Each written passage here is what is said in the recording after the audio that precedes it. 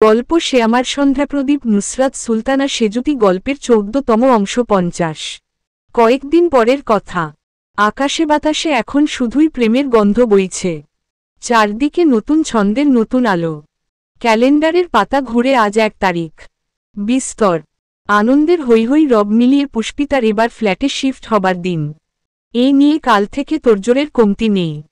ভাগ্য ভালো দিনটা শুক্রবার। আয়েশা সকালে উঠেই রান্নায় ব্যস্ত হয়ে পড়লেন।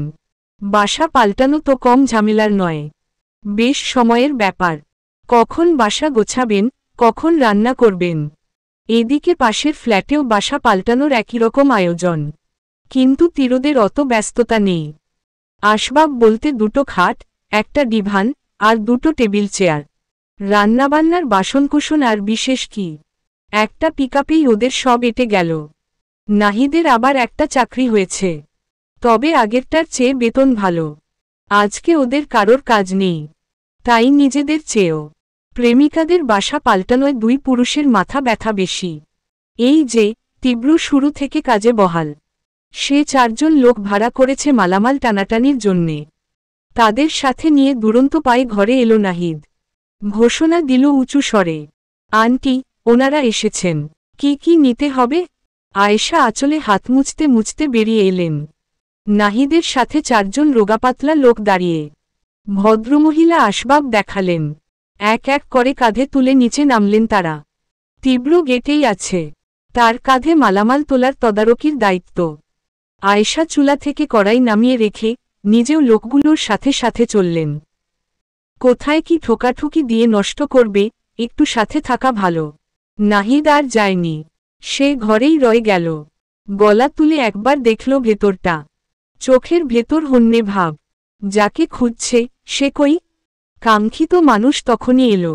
নাহিদের কণ্ঠ শুনেই হাতের সব কাজ ফেলে আসা। অমনি দুজন মুখোমুখি হয়। চপল নুহা একপ্রস্থ গুটিয়ে গেল সাথে। কপলে ফুটল লাল পলাশের ঝাঁক। নাহিদের সরাসরি দৃষ্টি, যাতে ঘায়েল হয়ে নার্ভাসনেসের ঘাম ছুটল তার। তিরোকে দেখলে পুষ্পিতা এত লজ্জা পেত কেন, সব সে এখন হারে হারে বুঝছে। কুণ্ঠার বান বুকের ভেতর লুকাতে চাইল নুহা। এই যে নাহিদের সরাসরি তাকানো, এই যে তার ঠোঁটের তরল হাসি, সবকিছু থেকে রেহাই পেতে গুটি গুটি পায়ে গিয়ে টেবিল ঘেঁষে দাঁড়াল। চেয়ারে হাত দিতেই ছুটে এলো নাহিদ। বলল, আপনি পারবেন না, আমি নিচ্ছি। নুহা হেসে ফেলল। ও তো এমনি হাত রেখেছে। ঘ্যাসটা কি ভাবল, চেয়ার কাঁধে তুলবে ও? ঘাড় নেড়ে বলল, আচ্ছা। নাহিদের কণ্ঠে উচ্ছ্বাস। আমার যে কি আনন্দ হচ্ছে। দুজন একই সাথে বাসা পাল্টাচ্ছি, যাচ্ছিও একই বাসায়, তাও আবার ওপর নিচে। আপনারা যাবেন ভেবে প্রথমে কিন্তু ভীষণ মন খারাপ হয়েছিল জানেন। তীব্র যে কি সারপ্রাইজটা দিল আমাকে। অত গাট্টাগোট্টা না হলে ওকে মাথায় তুলে নাচতাম।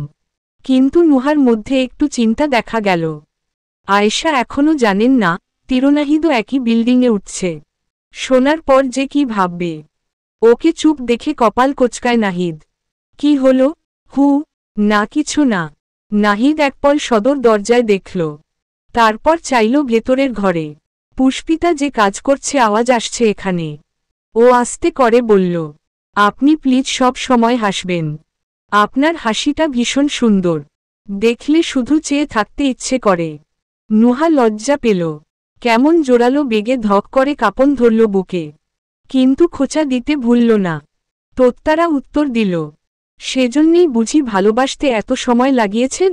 নাহিদ ঠোঁট গোজ করে বলে, আবার এসব কথা?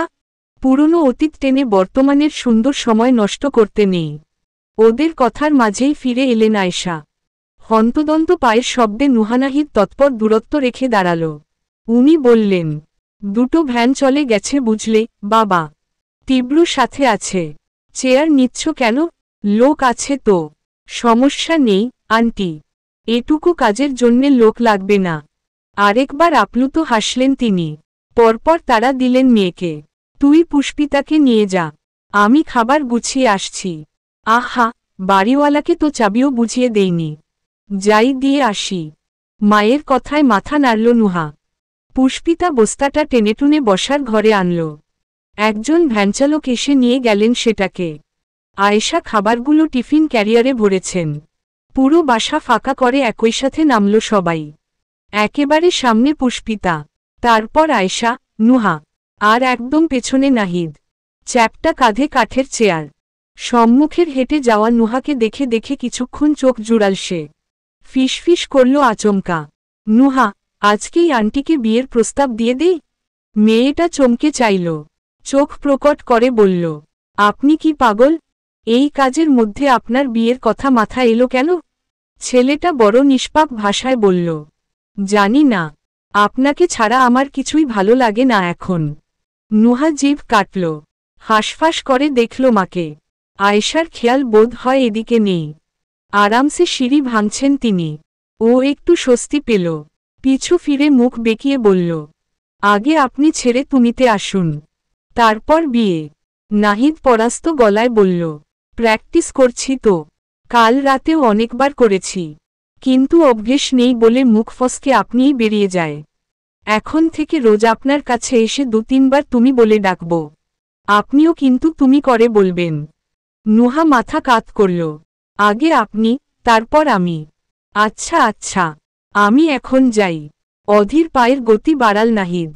আয়েশাকে ছাপিয়ে নেমে গেল নিচে। চওড়া দেহের প্রস্থানপথে মুড়বনে চেয়ে রইল নুহা। এত সরল একটা মানুষ, কি নির্মল হাসি, কি পাপহীন কথাবার্তা। এমন মানুষ একান্ত হয়ে ওর জীবনে এসেছে, ভালো থাকতে আর কি চাই? নিচে এসে হঠাৎ দাঁড়িয়ে গেলেন আয়েশা। দেখা দেখি নুহাও থমকাল। ভদ্রমহিলা ঝট করে ফিরতেই ঘাবড়ে গেল মেয়েটা। শঙ্কা জাগল মনে, ও কি কিছু করেছে? আম্মু এভাবে দেখছে কেন? আয়েশা থমথমে গলায় বললেন, সবে ফার্স্ট ইয়ারে পড়ছ, এখন মন দিয়ে পড়াশোনা করার সময়। বিয়েশাদী অনেক দূরে, ছেলেটা আমারও পছন্দ। সময় হলে আমি নিজেই সবকিছুর ব্যবস্থা করব।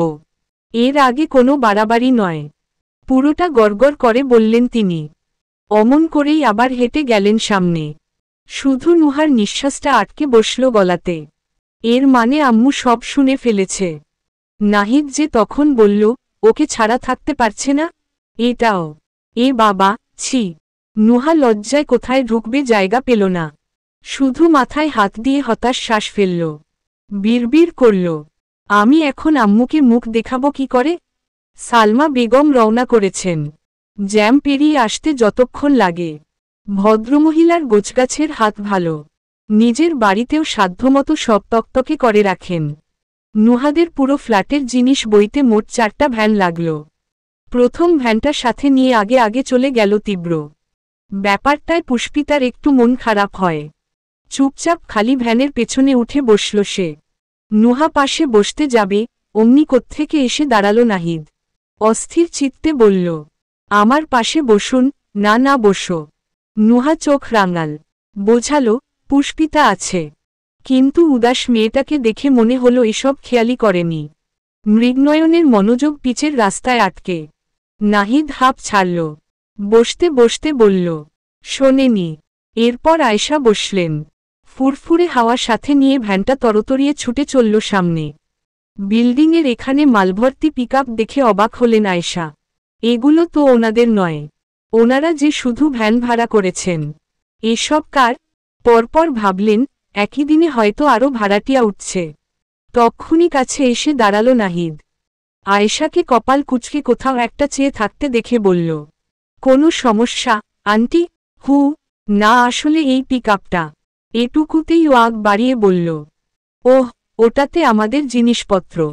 আয়েশা আকাশ থেকে পড়লেন, তোমাদের? তোমরাও কি এই বাড়িতে ভাড়া নিয়েছ? জি। আপনাকে সেদিন তীব্র বলল না এ মাসে বাসা ছাড়ার কথা? আয়েশা মহাচিন্তায় পড়ে গেলেন। তীব্র বলেছিল ওরাও একই মাসে বাসা ছাড়ছে, কিন্তু বাড়িটাও যে এক তা তো বলেনি। কয় তলায় উঠেছ তোমরা? 4 তলার F4। আমি তো জানতামই না। তীব্র আগেভাগে এখানে বাসা দেখে রেখেছিল। বলল 3 তলায় পাশাপাশি খালি পায়নি, পেলে নিয়ে। বলতে বলতে ছেলেটা নিজেই আটকে গেল। হুঁশে এলো একটু বেশিই গড়গড় করে ফেলছে। থতমত ভাব করে কথা ঘোরাল। আমি যাই। পালাই পালাই ভাব করে চলে গেল নাহিদ। কিন্তু আয়েশার ভাবনা গেল না। পুষ্পিতা ফ্ল্যাটে শিফট নিল, আর ওরাও বাসা পাল্টাল। একই দিনে, একই বাড়ি, তাও আবার তিনতলায় পাশাপাশি খুঁজছিল তীব্র। এসব কি নাহিদ নুহা দুজন দুজনকে পছন্দ করে বলে, নাকি অন্য কোনো ব্যাপার? আচ্ছা, কোনোভাবে কাণ্ডগুলো তীব্র পুষ্পিতার জন্যে করছে না তো? আয়েশার কাছে চট করেই যেন প্রশ্নের উত্তর ধরা দেয়। পরিষ্কার হয়ে দাঁড়ায় পেছনের সব চিত্রপট। তীরপুষ্পিতাকে এই অবধি যতবার পাশাপাশি দেখেছেন, আজ পর্যন্ত চোখে লাগেনি। কিন্তু এইবার ঘটনাগুলোর ফলাফল জড়িয়ে দুয়ে দুয়ে চার হয়ে গেল। পুষ্পিতা আশপাশ দেখতে দেখতে হাঁটছিল।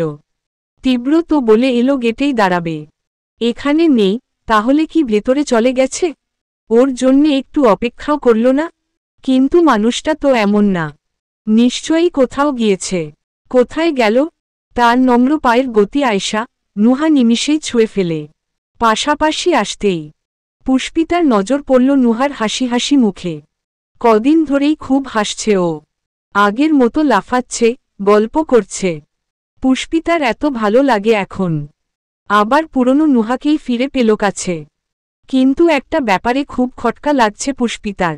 নুহা কদিন ধরে হুটহাট বাসা থেকে বের হয়ে যায়, তাও আবার রাতে। জিজ্ঞেস করলে বলে, ছাদে হাঁটতে যাচ্ছি। একবার পুষ্পিতাও যেতে চাইল, কিন্তু ও নেয়নি। 2 সপ্তাহ পর পুষ্পিতার পরীক্ষা। সেই ছুতো দেখিয়ে টেবিলে বসিয়ে রাখল। সেদিন তো নাহিদের সাথে ফিসফিস করতেও দেখেছে। দেখা হলেই দুজনের চোখাচোখিতে মিটিমিটি হাসি। আর ওই যে তখন আসার সময় নাহিদ যে হুলুস্থুল বাঁধাল নুহাকে পাশে বসাতে, পুষ্পিতা ওসব স্পষ্ট শুনেছে। এখন তো মনে হচ্ছে তীরর কথাই ঠিক, ওদের মধ্যে নির্ঘাত কিছু আছে। কিন্তু থাকলেও বা নুহা বলে না কেন ওকে? লজ্জা পায়? নাকি ওকে আর আগের মতো ভালোবাসে না? ভাবতেই মুখ কালো করে পাশ ফিরল পুষ্পিতা। নুহাও ফিরল তখনই। কি দেখছিস? হাস্যহীন চেহারায় দুপাশে মাথা নাড়ল ও। নুহা চোখ নাচিয়ে বলল, আজকে না, তোকে একটা কথা বলবো বুঝলি। অনেকদিন ধরেই ভাবছিলাম বলবো, কিন্তু পারিনি। সব কাজ শেষ করে ফ্রি হই, তারপর হ্যাঁ। এই এক কথায় পুষ্পিতার মন খারাপ হুড়মুড় করে পালালো। মুচকি হাসল সে। নুহা কি বলবে সে তো জানা কথা। পুষ্পিতা ঘাড় কাত করল, ছোট করে বলল, আচ্ছা। সবাই মিলে 3 তলায় এলো। ঘরের দরজা তখন বন্ধ। পুষ্পিতা পা বাড়াতে গিয়েও থামে। এই ফ্ল্যাটটা ওর জীবনের প্রথম স্বপ্নপূরণের গল্প, যেটা ও না চাইতেও পেয়েছে। তাও আবার বিনা পরিশ্রমে। হোক, তাও তো ওর নিজের জিনিস এটা। আর সেখানে অতিরকে ছাড়া কি করে ঢুকবে? এতদিন ধরে পুষ্পিতা যে অন্তপ্টে স্বপ্ন এঁকে গেল, তীরর হাত ধরে একই সাথে গৃহপ্রবেশ হবে। বাস্তবে হাত না ধরুক, অন্তত মানুষটাকে পাশে তো চাই। আয়েশা সবার সামনে ছিলেন। ভেজানো দরজা হাত দিয়ে ঠেললেন তিনি। কাঠের দোর ঠাকরে খুলে এপাশের দেয়ালে গিয়ে মিশল। সঙ্গে সঙ্গে কতগুলো পুরুষালী স্বর চিৎকার ছড়ে, ওয়েলকাম। পিলে শুদ্ধ চমকে গেল সকলের। ভেতরে চোখ যেতেই বিস্ময়ের পাহাড় ধসল মাথায়। পুষ্পিতা নিস্তব্ধ, বিমূঢ়, ওষ্ঠযুগলের বন্দি দশা দুপথে সরে গেল। চোখ পড়ল সম্মুখে দাঁড়ানো ওই প্রার্থিত মানুষে। শুধু সে একা নয়, পুরো দলবল এখানে। শাফিন, মিরাজ, আরমান, মুশফিক সবাই। দেয়ালে বেলুনের মেলা, রংছঙে কাগজে তৈরি ফুল স্কোচটেপে কয়েদি। তার মাঝে বড় বড় ইংরেজি অক্ষর বসানো। পুরোটা মিলে তৈরি WELCOMEPUSHPITA। নুহা সব তাজ্জব হয়ে দেখছে। ও নিজেও কিছু জানত না। দৃষ্টিতে প্রশ্ন নিয়ে নাহিদের দিক চাইল সে। ছেলেটা কণ্ঠ নামিয়ে বলল, বিট্টু কদিন ধরেই প্ল্যান করছিল। সেই অনুযায়ী আমরা কাল রাতে এসে সব সাজিয়ে গিয়েছি। কত ভালোবাসে দেখেছেন? প্রেমিকাকে ফ্ল্যাটও দেয়, আবার ওয়েলকামও করে। নুহার চোখের সাথে মন জুড়িয়ে গেল। রোদের মতো হাসি নিয়ে দেখল পুষ্পিতাকে। মেয়েটার মুখবিবরে পূর্ণিমার রাত। কত খুশি দুচোখে। যে খুশি দেখে নুহার মনে হলো সেদিন তীরর পরিচয় লুকিয়ে ও কোনো ভুল করেনি। যদি তক্ষুনি ভুল করে রাগের বশে পুষ্পিতাকে সব বলে দিত, এই অনাথ মেয়েটার এত খুশি হওয়া হতো কখনো? তীব্র তো মানুষ নয়, পুষ্পিতার জীবনে নেমে আসা স্বয়ং স্বর্গদূত। যে ভালোবাসার ছলে প্রেমিকার জন্যে সব করতে পারে। সবার সব বিস্ময় ছাপিয়ে এগিয়ে এলো তীব্র বিহ্বল পুষ্পিতাতেই ক্ষুরধার দৃষ্টি তার। পাশে দাঁড়ানো প্রৌঢ়ার দিকে কোনো মনোযোগী নেই। বড্ড সাবলীল খসখসে হাতটা সামনে বাড়িয়ে বলল, এসো। পুষ্পিতা সম্মোহনের ন্যায় চেয়ে হাতে হাত রাখল শব্দবিহীন। বিবশ পাটা বাড়িয়ে ঢুকল ভেতরে। অমনি দুপাশ থেকে বন্ধুরা ফুল ছিটিয়ে দেয়। গোলাপ, গাদার পাপড়িগুলো উড়ে উড়ে ওদের গায়ে লুটিয়ে পড়ে। পুষ্পিতার ঠোঁট দুটো হাসির তোড়ে খুলে গেল। নাহিদ এক লাফে ভেতরে এসে বলল, আমিও দেই। আমারও তো ভাবি। সহসা ভ্রু টানটান করলেন আয়েশা। সব কৌতূহল যেন কাটায় কাটায় মিলেছে। এর মানে নিচে বসে যা ভেবেছেন সব ঠিক? তড়িৎ মেয়ের দিকে চাইলেন তিনি। নুহা এই চাউনির মানে বুঝল। একটা চোর চোর ভাব করে ঘাড় চুলকাল সে। আয়েশা ফোঁস করে শ্বাস ফেললেন। দুপাশে মাথা নেড়ে বললেন, দুই বন্ধু তাহলে একই সাথে উচ্ছন্নে গিয়েছ? তাই তো বলি, হঠাৎ পাশের বাড়ির ছেলেরা আমার চেয়ার টেবিল টানে কেন? এবার না বুঝলাম। আমি সাদা মনে কাদা রাখিনি, অথচ ঠিকই আমার মেয়েরা কাদায় গড়াগড়ি খাচ্ছে। বাহ! নুহা মাথা নুয়ে ঠোঁট উল্টাল। সব সময় মুখে খই ফুটলে কি হবে? আজকে সে বোবা। মায়ের কথার বিপক্ষে কোনো জবাব জানা নেই। আয়েশা গম্ভীর গলায় বললেন, ঠিক আছে, ঠিক আছে। অত ভদ্র সাজতেন হবে না। যা করার সে তো দুজন করেই ফেলেছ। সালমা আপা আসুক, তারপর বাকি কথা হবে। আমাদের আর কি, খরচা কমে গেল। দুটো বিয়ে এখন একসাথে একই সেন্টারে দেয়া যাবে।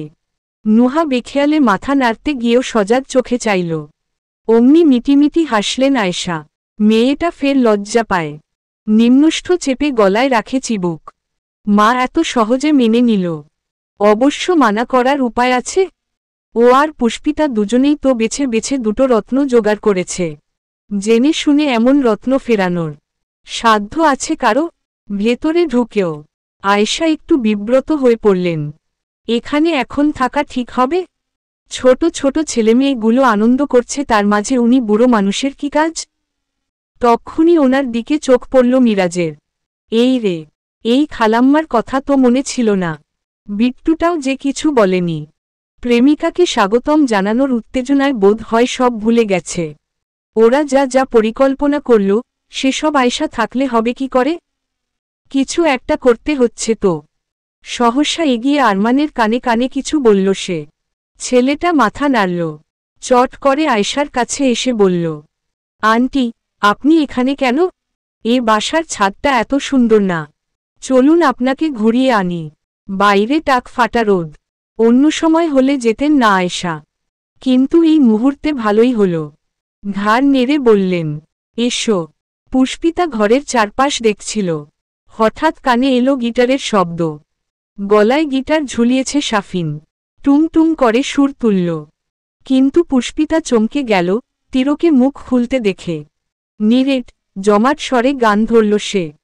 তেরা মেরা রিশ্তা হ্যায় কেসা, এক প্যাল ডো গভর नहीं, तेरा लिए हर रोज हाइन जीत, तुझको दिया मेरा वक्त सभी, कोई लम्हा मेरा ना हो तेरे बिना, हर सांस पे नाम तेरा, क्योंकि तुम ही हो, अब तुम ही हो, जिंदगी अब तुम ही हो, चैन भी मेरा दर्द भी, मेरी आशिकी अब तुम ही हो। পুষ্পিতা মন্ত্রমুগ্ধের ন্যায় চেয়ে রইল। বিমোহের তোরে চক্ষু মুদে আসছে। উনি গান জানেন, তাও এত রোমান্টিক গান। সেই গাড়ির ভেতর গান চালানো মানুষটাকেই দেখছে তো। নুহার ঠোঁটে হাসির ফোয়ারা। আচমকা ওপাশ হতে পাশে এসে দাঁড়াল নাহিদ। বলল নিষ্পিস করে, আমার না, ওদের দেখে আরো তাড়াতাড়ি বিয়ে করতে ইচ্ছে করছে। ও বিরক্ত চোখে চাইল। আপনি কি একটু চুপ করবেন? দুদিন হলো প্রেমে পড়ল, আর এখনই বিয়ে বিয়ে করছে। তাহলে যেটা করতেই হবে সেটা বলবো না? না, বলবেন না। আমার লজ্জা লাগে বোঝেন না কেন? নাহিদ ঠোঁট চেপে হাসল। ভ্রু উঁচিয়ে বলল, তাই তুমি লজ্জাও পাও? দেখি তো লজ্জা পেলে আপনাকে না মানে তোমাকে কেমন লাগে। নুহা লজ্জা পেল কি না কে জানে, তবে ফিক করে হাসল। বলল, আপনি তুমি এসব ঠিক করুন, তারপর লজ্জা পেয়ে দেখাবো। নাহিদ সূচক শব্দ করল। এই এক জায়গায় এসেই সে আটকে যাচ্ছে। আর ওর জিভটাও না। প্রেমে পড়তেই এমন মির্জাফর হয়ে গেল কেন? ততক্ষণে তিরোর গান শেষ। প্রফুল্লতায় একাকার হয়ে সবাই হাততালি দেয়। শব্দে ঘোর কাটল পুষ্পিতার। এক পল চোখ নামিয়ে আবার চাইল ওর দিকে। তীব্র বলল, বাড্ডার বখাটে বিট্টু তোমার জন্যে গান শিখেছে, মুখস্থ করেছে, বেসুরো গলায় গেয়েছেও প্রথমবার। খুশি হয়েছ? মিরাজ লাফিয়ে চড়িয়ে বলল, খুশি মানে? আলবাত খুশি। ভাবির চোখমুখ দেখে বুঝতে পারছিস না? কেমন মুগ্ধ হয়ে গেছে। আরে প্রথমবার গেয়েই তো ফাটিয়ে দিলি বিট্টু। মনে হলো সাক্ষাৎ অরিজিৎ সিং আমার সামনে এসে গেয়ে গেল। তীব্র কপাল কুঁচকে চাইল, যাতে স্পষ্ট বিরক্তি। ও জিভ কেটে বলল, একটু বেশি প্রশংসা করে ফেললাম, তাই না? আচ্ছা থাক, তাতে কি। চল কেক কাটি। যা রোদ।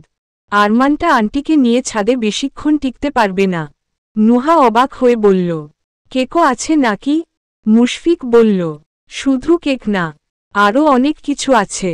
4 কোণার ছোট একটা টেবিল, ওপরে গোলাকার ভ্যানিলা কেক, গায়ে কুটি কুটি অক্ষরে লেখা, তোমার বাড়িতে তোমাকে স্বাগতম। পুষ্পিতা হতবিহ্বল এসবে। এতটা যত্ন, এতটা গুরুত্ব ও কোনোদিন পায়নি। তিরোর সাথে দেখা না হলে হয়তো আজও পেত না। তার পেলব ডান হাতটা মুঠোয় নিয়ে তীব্র কেক কাটে। একটা ছোট টুকরো মুখে পুরে দেয়। শাফিন দেয়ালের গায়ে গিটার দাঁড় করিয়ে রাখল। এসে বলল, এবার তাহলে আসল কাজ। বাকিরা সায় মিলিয়ে হইচই করে। নাহিদও বাদ নেই। নুহা কিছু জানে না বলে বোকার মতো চেয়ে। পুষ্পিতা বুঝতে না পেরে বলল, কি কাজ? কেউ কোনো উত্তর দিল না। শাফিন পকেট থেকে একটা লাল বাক্স বের এগিয়ে দিল। নে। তীব্র ধরল। তারপর আচমকা এক হাঁটু গেড়ে বসল পুষ্পিতার সামনে। তরুণী থমকে গেল, চমকাল। তীব্র বাক্স মেলে ধরে। স্বর্ণে বাঁধানো চকচকে আংটি ঝলক তুলল সেথায়। শাফিন, মিরাজ মুখে আঙুল গুজে সিটি বাজাচ্ছে। নুহা উল্লাসের তোরে কি করবে ভেবে পাচ্ছে না। চোখে মুখে সবার বাঁধ ভাঙা আনন্দ আজ। ঠোঁট ভরেছে তুষ্টির হাসিতে। শুধু তিরপুষ্পিতার নিশ্চল নয়ন একে অন্যতে বন্দী। মেয়েটা যখন জ্বরের ন্যায় চেয়ে। তীব্র বলল, আজ ভালোবাসার কথা বলবো না, ভীতু মেয়ে। আজ বলবো, তুমি আমার একজন হও, ভীতু মেয়ে। শুধু আমার হও। আমার নিঃশ্বাস ফুরিয়ে আসার মাঝে, আমার বেঁচে থাকার কারণ হও।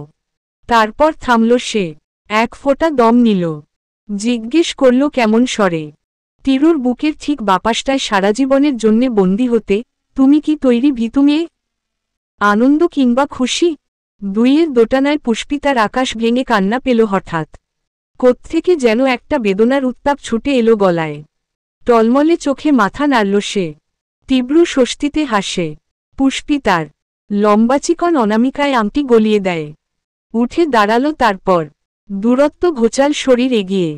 পুষ্পিতার চোখের জল গড়িয়ে পড়ার ভাব।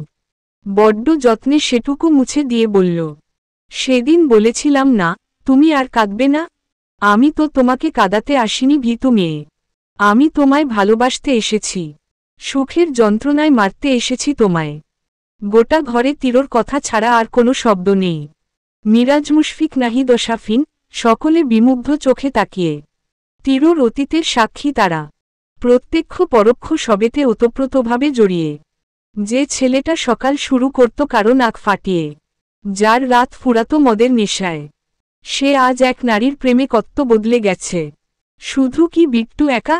ওরা বদলায়নি। এই যে শাফিন চাকরি করছে ঢাকায়, কত সহজ জীবন তার। মিরাজ টিউশন নিয়েছে। মুশফিক, আরমান এখনও কিছু করছে না, তবে করার চেষ্টা করছে খুব। এই একটা ব্যাপারে নাহিদ ওদের ইন্সপিরেশন। নিজের যোগ্যতায় কি দারুণভাবে কাজ পায় সে। ওরাও না হয় নিজের মেধা খাটিয়ে দেখুক। একেবারেই না হলে বিট্টু তো আছে। শাফিন সবাইকে ইশারা করল, বোঝালো এখান থেকে চলে আসতে। এবার ওদের আলাদা স্পেস প্রয়োজন। কেউ কোনো গাইগুই করল না। নিঃশব্দে এপাশের ঘরে চলে এলো। বসার ঘর রয়ে গেল শুধু ওই দুজনের নামে। কিন্তু তাদের আদৌ এসবে খেয়াল আছে? দুজন যে দুজনায় মেতে। পুষ্পিতার চোখ মোছালেও আবার জলের পুকুর হল তা। ভেজা গলায় বলল, একটা অনাথ মেয়ে, যার নিজের বলতে কিচ্ছু নেই, তার জন্যে এত কিছু করছেন? এমন কেন আপনি? তিরুর সুদৃঢ় জবাব, কারণ আমি হৃদয় দিয়ে ভালোবেসেছি, আকর্ষণ দিয়ে নয়। পুষ্পিতা ঝট করে বুকে মিশে গেল। ঠিক সেদিনের মতো কোমলকালো চুলে হাত বোলায় তীব্র, মাথার এক পাশে চুমু খেয়ে মুখটা হাতে তুলে আনে, ঠিক চোখের তারায় চেয়ে বলে, সেদিন মনে মনে বলেছিলাম, আজ তোমার সামনে আবার বলছি, আমার আর কিছু চাওয়ার নেই ভীতু মেয়ে। শুধু চাই তুমি আমায় এতটাই ভালোবাসো যাতে তোমাকে ছাড়া আমার শ্বাসপ্রশ্বাসও বন্ধ হয়ে আসবে। পুষ্পিতার মাথায় চট করে দুষ্টুমি চেপে বসল। কান্না ভুলে দুষ্ট হাসল সে, ঠোঁট বেঁকিয়ে বলল, ইস, শখ কত বখাটে একটা। তীব্র শব্দ করে হেসে উঠল। ফর্সা কপাল নুয়ে ঠুকল ওর কপালে, বলল, এই বখাটে তোমায় কত ভালোবাসে যদি বুঝতে। তুমি আমার জীবনের একটা অংশ নাও ভীতু মেয়ে, তুমি আমার হৃদয়ের মালকিন, আমার তোমাকে দরকার, আজকে কালকে আর সব সময়ে। কথা দাও কখনো ছেড়ে যাবে না। তীব্র হাত বাড়াল, নীরব আশ্বাস চাইল তার। সেই হাত ছুঁতে পুষ্পিতা ছটফটিয়ে ওঠে, ধরফরিয়ে সেও হাতটা বাড়াতে চায়। তক্ষুনি ও ঘর হতে মুশফিক ছুটে এলো। পায়ের শব্দে পুষ্পিতার বাড়ানো হাত থামে। ফিরে চায় দুজন। মুশফিক হড়বড় করে বলল, বিট্টু, শাফিন অসুস্থ হয়ে পড়েছে, কেমন যেন করছে। তীরুর ত্রস্ত নিজের হাত নামিয়ে ফেলল। উদ্বিগ্ন চিত্তে ছুটল সেথায়। পিছু নিল পুষ্পিতা। কিন্তু কথা দেয়া, সেসব যে আর হল না। সে আমার সন্ধ্যা প্রদীপ। কলমে নুসরাত সুলতানা সেজুতি। ৫১। শাফিন কেশেটেসে একাকার, বুকের শ্বাস জোরালো, হিসুইস শব্দ হচ্ছে তাতে, চোখ মুখ লাল, কোটর থেকে পানি পড়ে গলা ভেজার দশা। কাশির সাথে মুখ থেকে লালা বের হতে দেখে বন্ধুরা আরও উতলা হয়ে পড়ল। এই তো সারাদিন ছেলেটা ভালো ছিল, গিটার বাজাচ্ছিল, আড্ডা দিচ্ছিল, হুট করে এমন করছে কেন? তীব্র ছুটে এসে পাশে বসল। মুশফিককে বলল, হাসপাতালে নিতে হবে, জিভ বার কর। শাফিন কাশতে কাশতে কিছু বলতে চায়, কিন্তু মুখ থেকে কথা ফোটে না। বন্ধুরা তার কথা শোনার অপেক্ষাও করল না। গাড়ি বের করতেই চারজন চার হাত পা ধরে রওনা করল হাসপাতালের পথে। পুষ্পিতা, নুহা দুজনেই শঙ্কায় কাঠ। কি থেকে কি হয়ে গেল? আরমানও আয়েশাকে নিয়ে নেমে এসেছে, সেও দৌড়ে যাচ্ছে বাকিদের সাথে। আয়েশা সেদিকে কিছুক্ষণ চেয়ে রইলেন। হুট করে বুকের ভেতর কিছু একটা কামড়ে ধরল। মনে হচ্ছে এত সুখের মাঝে এক চোট ভয়ানক অসুখের বৃষ্টি আসবে, যার তোরে ভেসে যাবে সাজিয়ে রাখা সব কিছু। শাফিনকে হাসপাতালে নেয়ার সারাদিন কেটেছে। দুপুর গড়িয়ে এখন প্রায় রাতের প্রহর, অথচ এতটা সময়ও তীরদের কারোর কোনো খবর নেই। পায়চারি করতে করতে নুহা অনেকবার নাহিদের নম্বরে ডায়াল করল, তীরকেও কল দিল, কিন্তু ওপাশ হতে কারোর সাড়া এলো না। পুষ্পিতার ফর্সা মুখ ফ্যাকাশে, আলো বাতাসে ভরা বাড়িতেও ঘেমে চটচট করছে শরীর। সালমা বেগম রাহাতকে নিয়ে সূর্য থাকতেই পৌঁছেছেন। তিনি কেবল শুনেছেন পুষ্পিতার স্যারের বন্ধু অসুস্থ হয়ে পড়েছে। আয়েশা এখনও সবিস্তারিত কিছু জানাননি। মেয়ে দুটো চিন্তায় মরছে, এমন মুহূর্তে খুশির খবর তিনি বলবেন কোন মুখে? পুষ্পিতা অধৈর্য হয়ে উঠে দাঁড়াল। নুহার ফোনকল তীব্র ধরছে না দেখে ভাবল, সরাসরি হাসপাতালে চলে যাবে। দূরের পথ হলেও যাবে। মানুষটার খোঁজ নেই, ও হাত গুটিয়ে বসে থাকতে পারবে কখনো? পুষ্পিতা ব্যগ্রচিত্তে হাঁটতে থাকা নুহার কাছে এলো। কথা তুলতে যাবে, তক্ষুনি দরজায় শব্দ হয়। কেউ এসেছে। করাঘাতের উচ্চ ধ্বনি স্পষ্ট। দুই তরুণীরা দুশ্চিন্তায় বুধ মুখবিবরে আসার পদ্ম ফুটল অমনি। শুধু কি ওরা? আয়েশা নিজেও ভেতরের ঘর হতে ত্রস্ত বেরিয়ে এলেন। পুষ্পিতা উড়ে গিয়ে দরজা খুলল। ওপাশে অবসন্ন নাহিদ, তীব্র দুজনেই দাঁড়িয়ে। বাকিরা নেই। ওর আগেই নুহা হড়বড় করে বলল, কি ব্যাপার ভাইয়া? এতবার ফোন করলাম রিসিভ করলেন না। ফোন করেছিলে? তীরুর ভাবমূর্তি এমন, যেন জানেই না কিছু। নিশ্চিত হতে পকেট হাতিয়ে ফোন বের করল। স্ক্রিনে একবার চোখ বুলিয়ে বলল, ওহ, সাইলেন্ট ছিল। শুনতে পাইনি। নুহার রাগ হল। তারা এখানে অস্থিরতায় কুপকাত, পুষ্পিতাটা তো আরেকটু হলে অজ্ঞান হয়ে যেত। আর ওনারা কি না ফোন সাইলেন্ট করে ঘুরছে? মেয়েটার পুরো ক্ষোভ গিয়ে বর্তাল নাহিদের ওপর।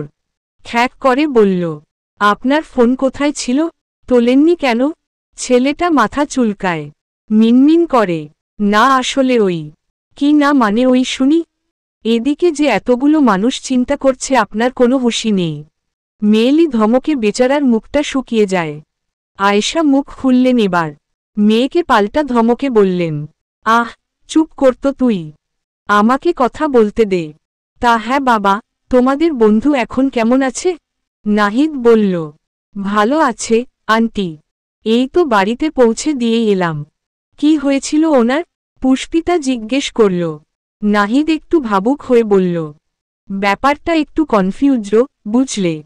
ডাক্তার বলছে অ্যালার্জির জন্যে এই অবস্থা। কিন্তু শাফিনের শুধু চিংড়িতে অ্যালার্জি। ও তো চিংড়ির আশপাশও মারায় না। মিরাজরাও একই কথা বলছে। আজকে তো দূর, গত 3 দিনে ওরা বাসায় কোনো চিংড়ি টিংড়ি ঢোকায়নি। কি যে হয়েছিল কিছুই বুঝতে পারছি না। রাহাত ঘুমিয়ে পড়েছে। গরমের বিরাট জার্নিতে সারা রাস্তা বমি করেছে ছেলেটা। ছোট্ট মানুষ কাহিল এখন। সালমা ঘরের বাইরে এসে দরজা ভিজিয়ে দিলেন, পাছে শব্দ শুনে উঠে না যায়। ওনাকে দেখেই তীব্র সালাম দিল আজ। ভদ্রমহিলার বিস্ময় বিষম খাওয়ার জোগাড় হল তাতে। গতবার মুখের ওপর কেমন খ্যাক করে জবাব দিয়েছিল ছেলেটা। কর্কশ ভাষায় বলেছিল, আপনার ধন্যবাদ আপনার কাছে রাখুন। আজ আবার কেমন মুহূর্তেই ভদ্র হয়ে গেল। বীরবল তার ধাত সামলে নিলেন তিনি। হেসে বললেন, ওয়ালাইকুমুস সালাম। ভালো আছেন? আমি আপনার ছেলের বয়সী। আমাকে তুমি করে বলবেন। সালমা প্রসন্ন হলেন একটু। আয়েশা এমনিতেই গতবার তিরনাহিদ দুজনেরই খুব প্রশংসা করেছিলেন। তার সাথে আজকের হিসেব যেন কাটায় কাটায় মিলল। নাহিদের চোখ পড়ল দেওয়াল ঘড়িতে। চোখ কপালে তুলে বলল, এই রে, 9টা বেজে গেছে। আমাদের ঘরের কোনো গোছগাছি হল না। কাল আমার অফিস আছে তো। পুষ্পিতা ছটফটাল জিভের কথা খসাতে। মানুষ দুটো সকাল থেকে ওদের বাড়ি পাল্টানো নিয়ে এত খাটল, ওরা যদি একটু গিয়ে সাহায্য করে দেয়। যদি মনি আর আন্টি একটু অনুমতি দিতেন। তার উসখুসের মাত্রা হয়তো বুঝে নিল নুহা। ওরও যে একই ইচ্ছে। নব্য প্রেমের বসন্তে যতটা সময় প্রিয় মানুষের সাথে সময় কাটানো যায়। জিভে ঠোঁট ভিজিয়ে বলল, আম্মু, এত রাতে ওনারা কি থেকে কি করবেন, আমরা একটু সাহায্য করে দেব? আয়েশা দ্বিধাদ্বন্দ্বে পড়লেন। আগে হলে এমন হতো কি না জানেন না।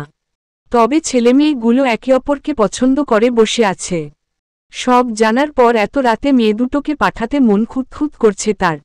সালমা তো ভেবেই ফেললেন আপত্তি করার কথা। সার হোক আর যাই হোক, পুষ্পিতাকে এই রাতের বেলা কারো ঘর গোছাতে পাঠাবেন না তিনি। সবার সব প্রস্তুতিতে জল ঢালল ওই একটা মানুষ। বলে দিল এক কথায়, না, দরকার নেই। আমাদের অল্প জিনিস, উই উইল ম্যানেজ।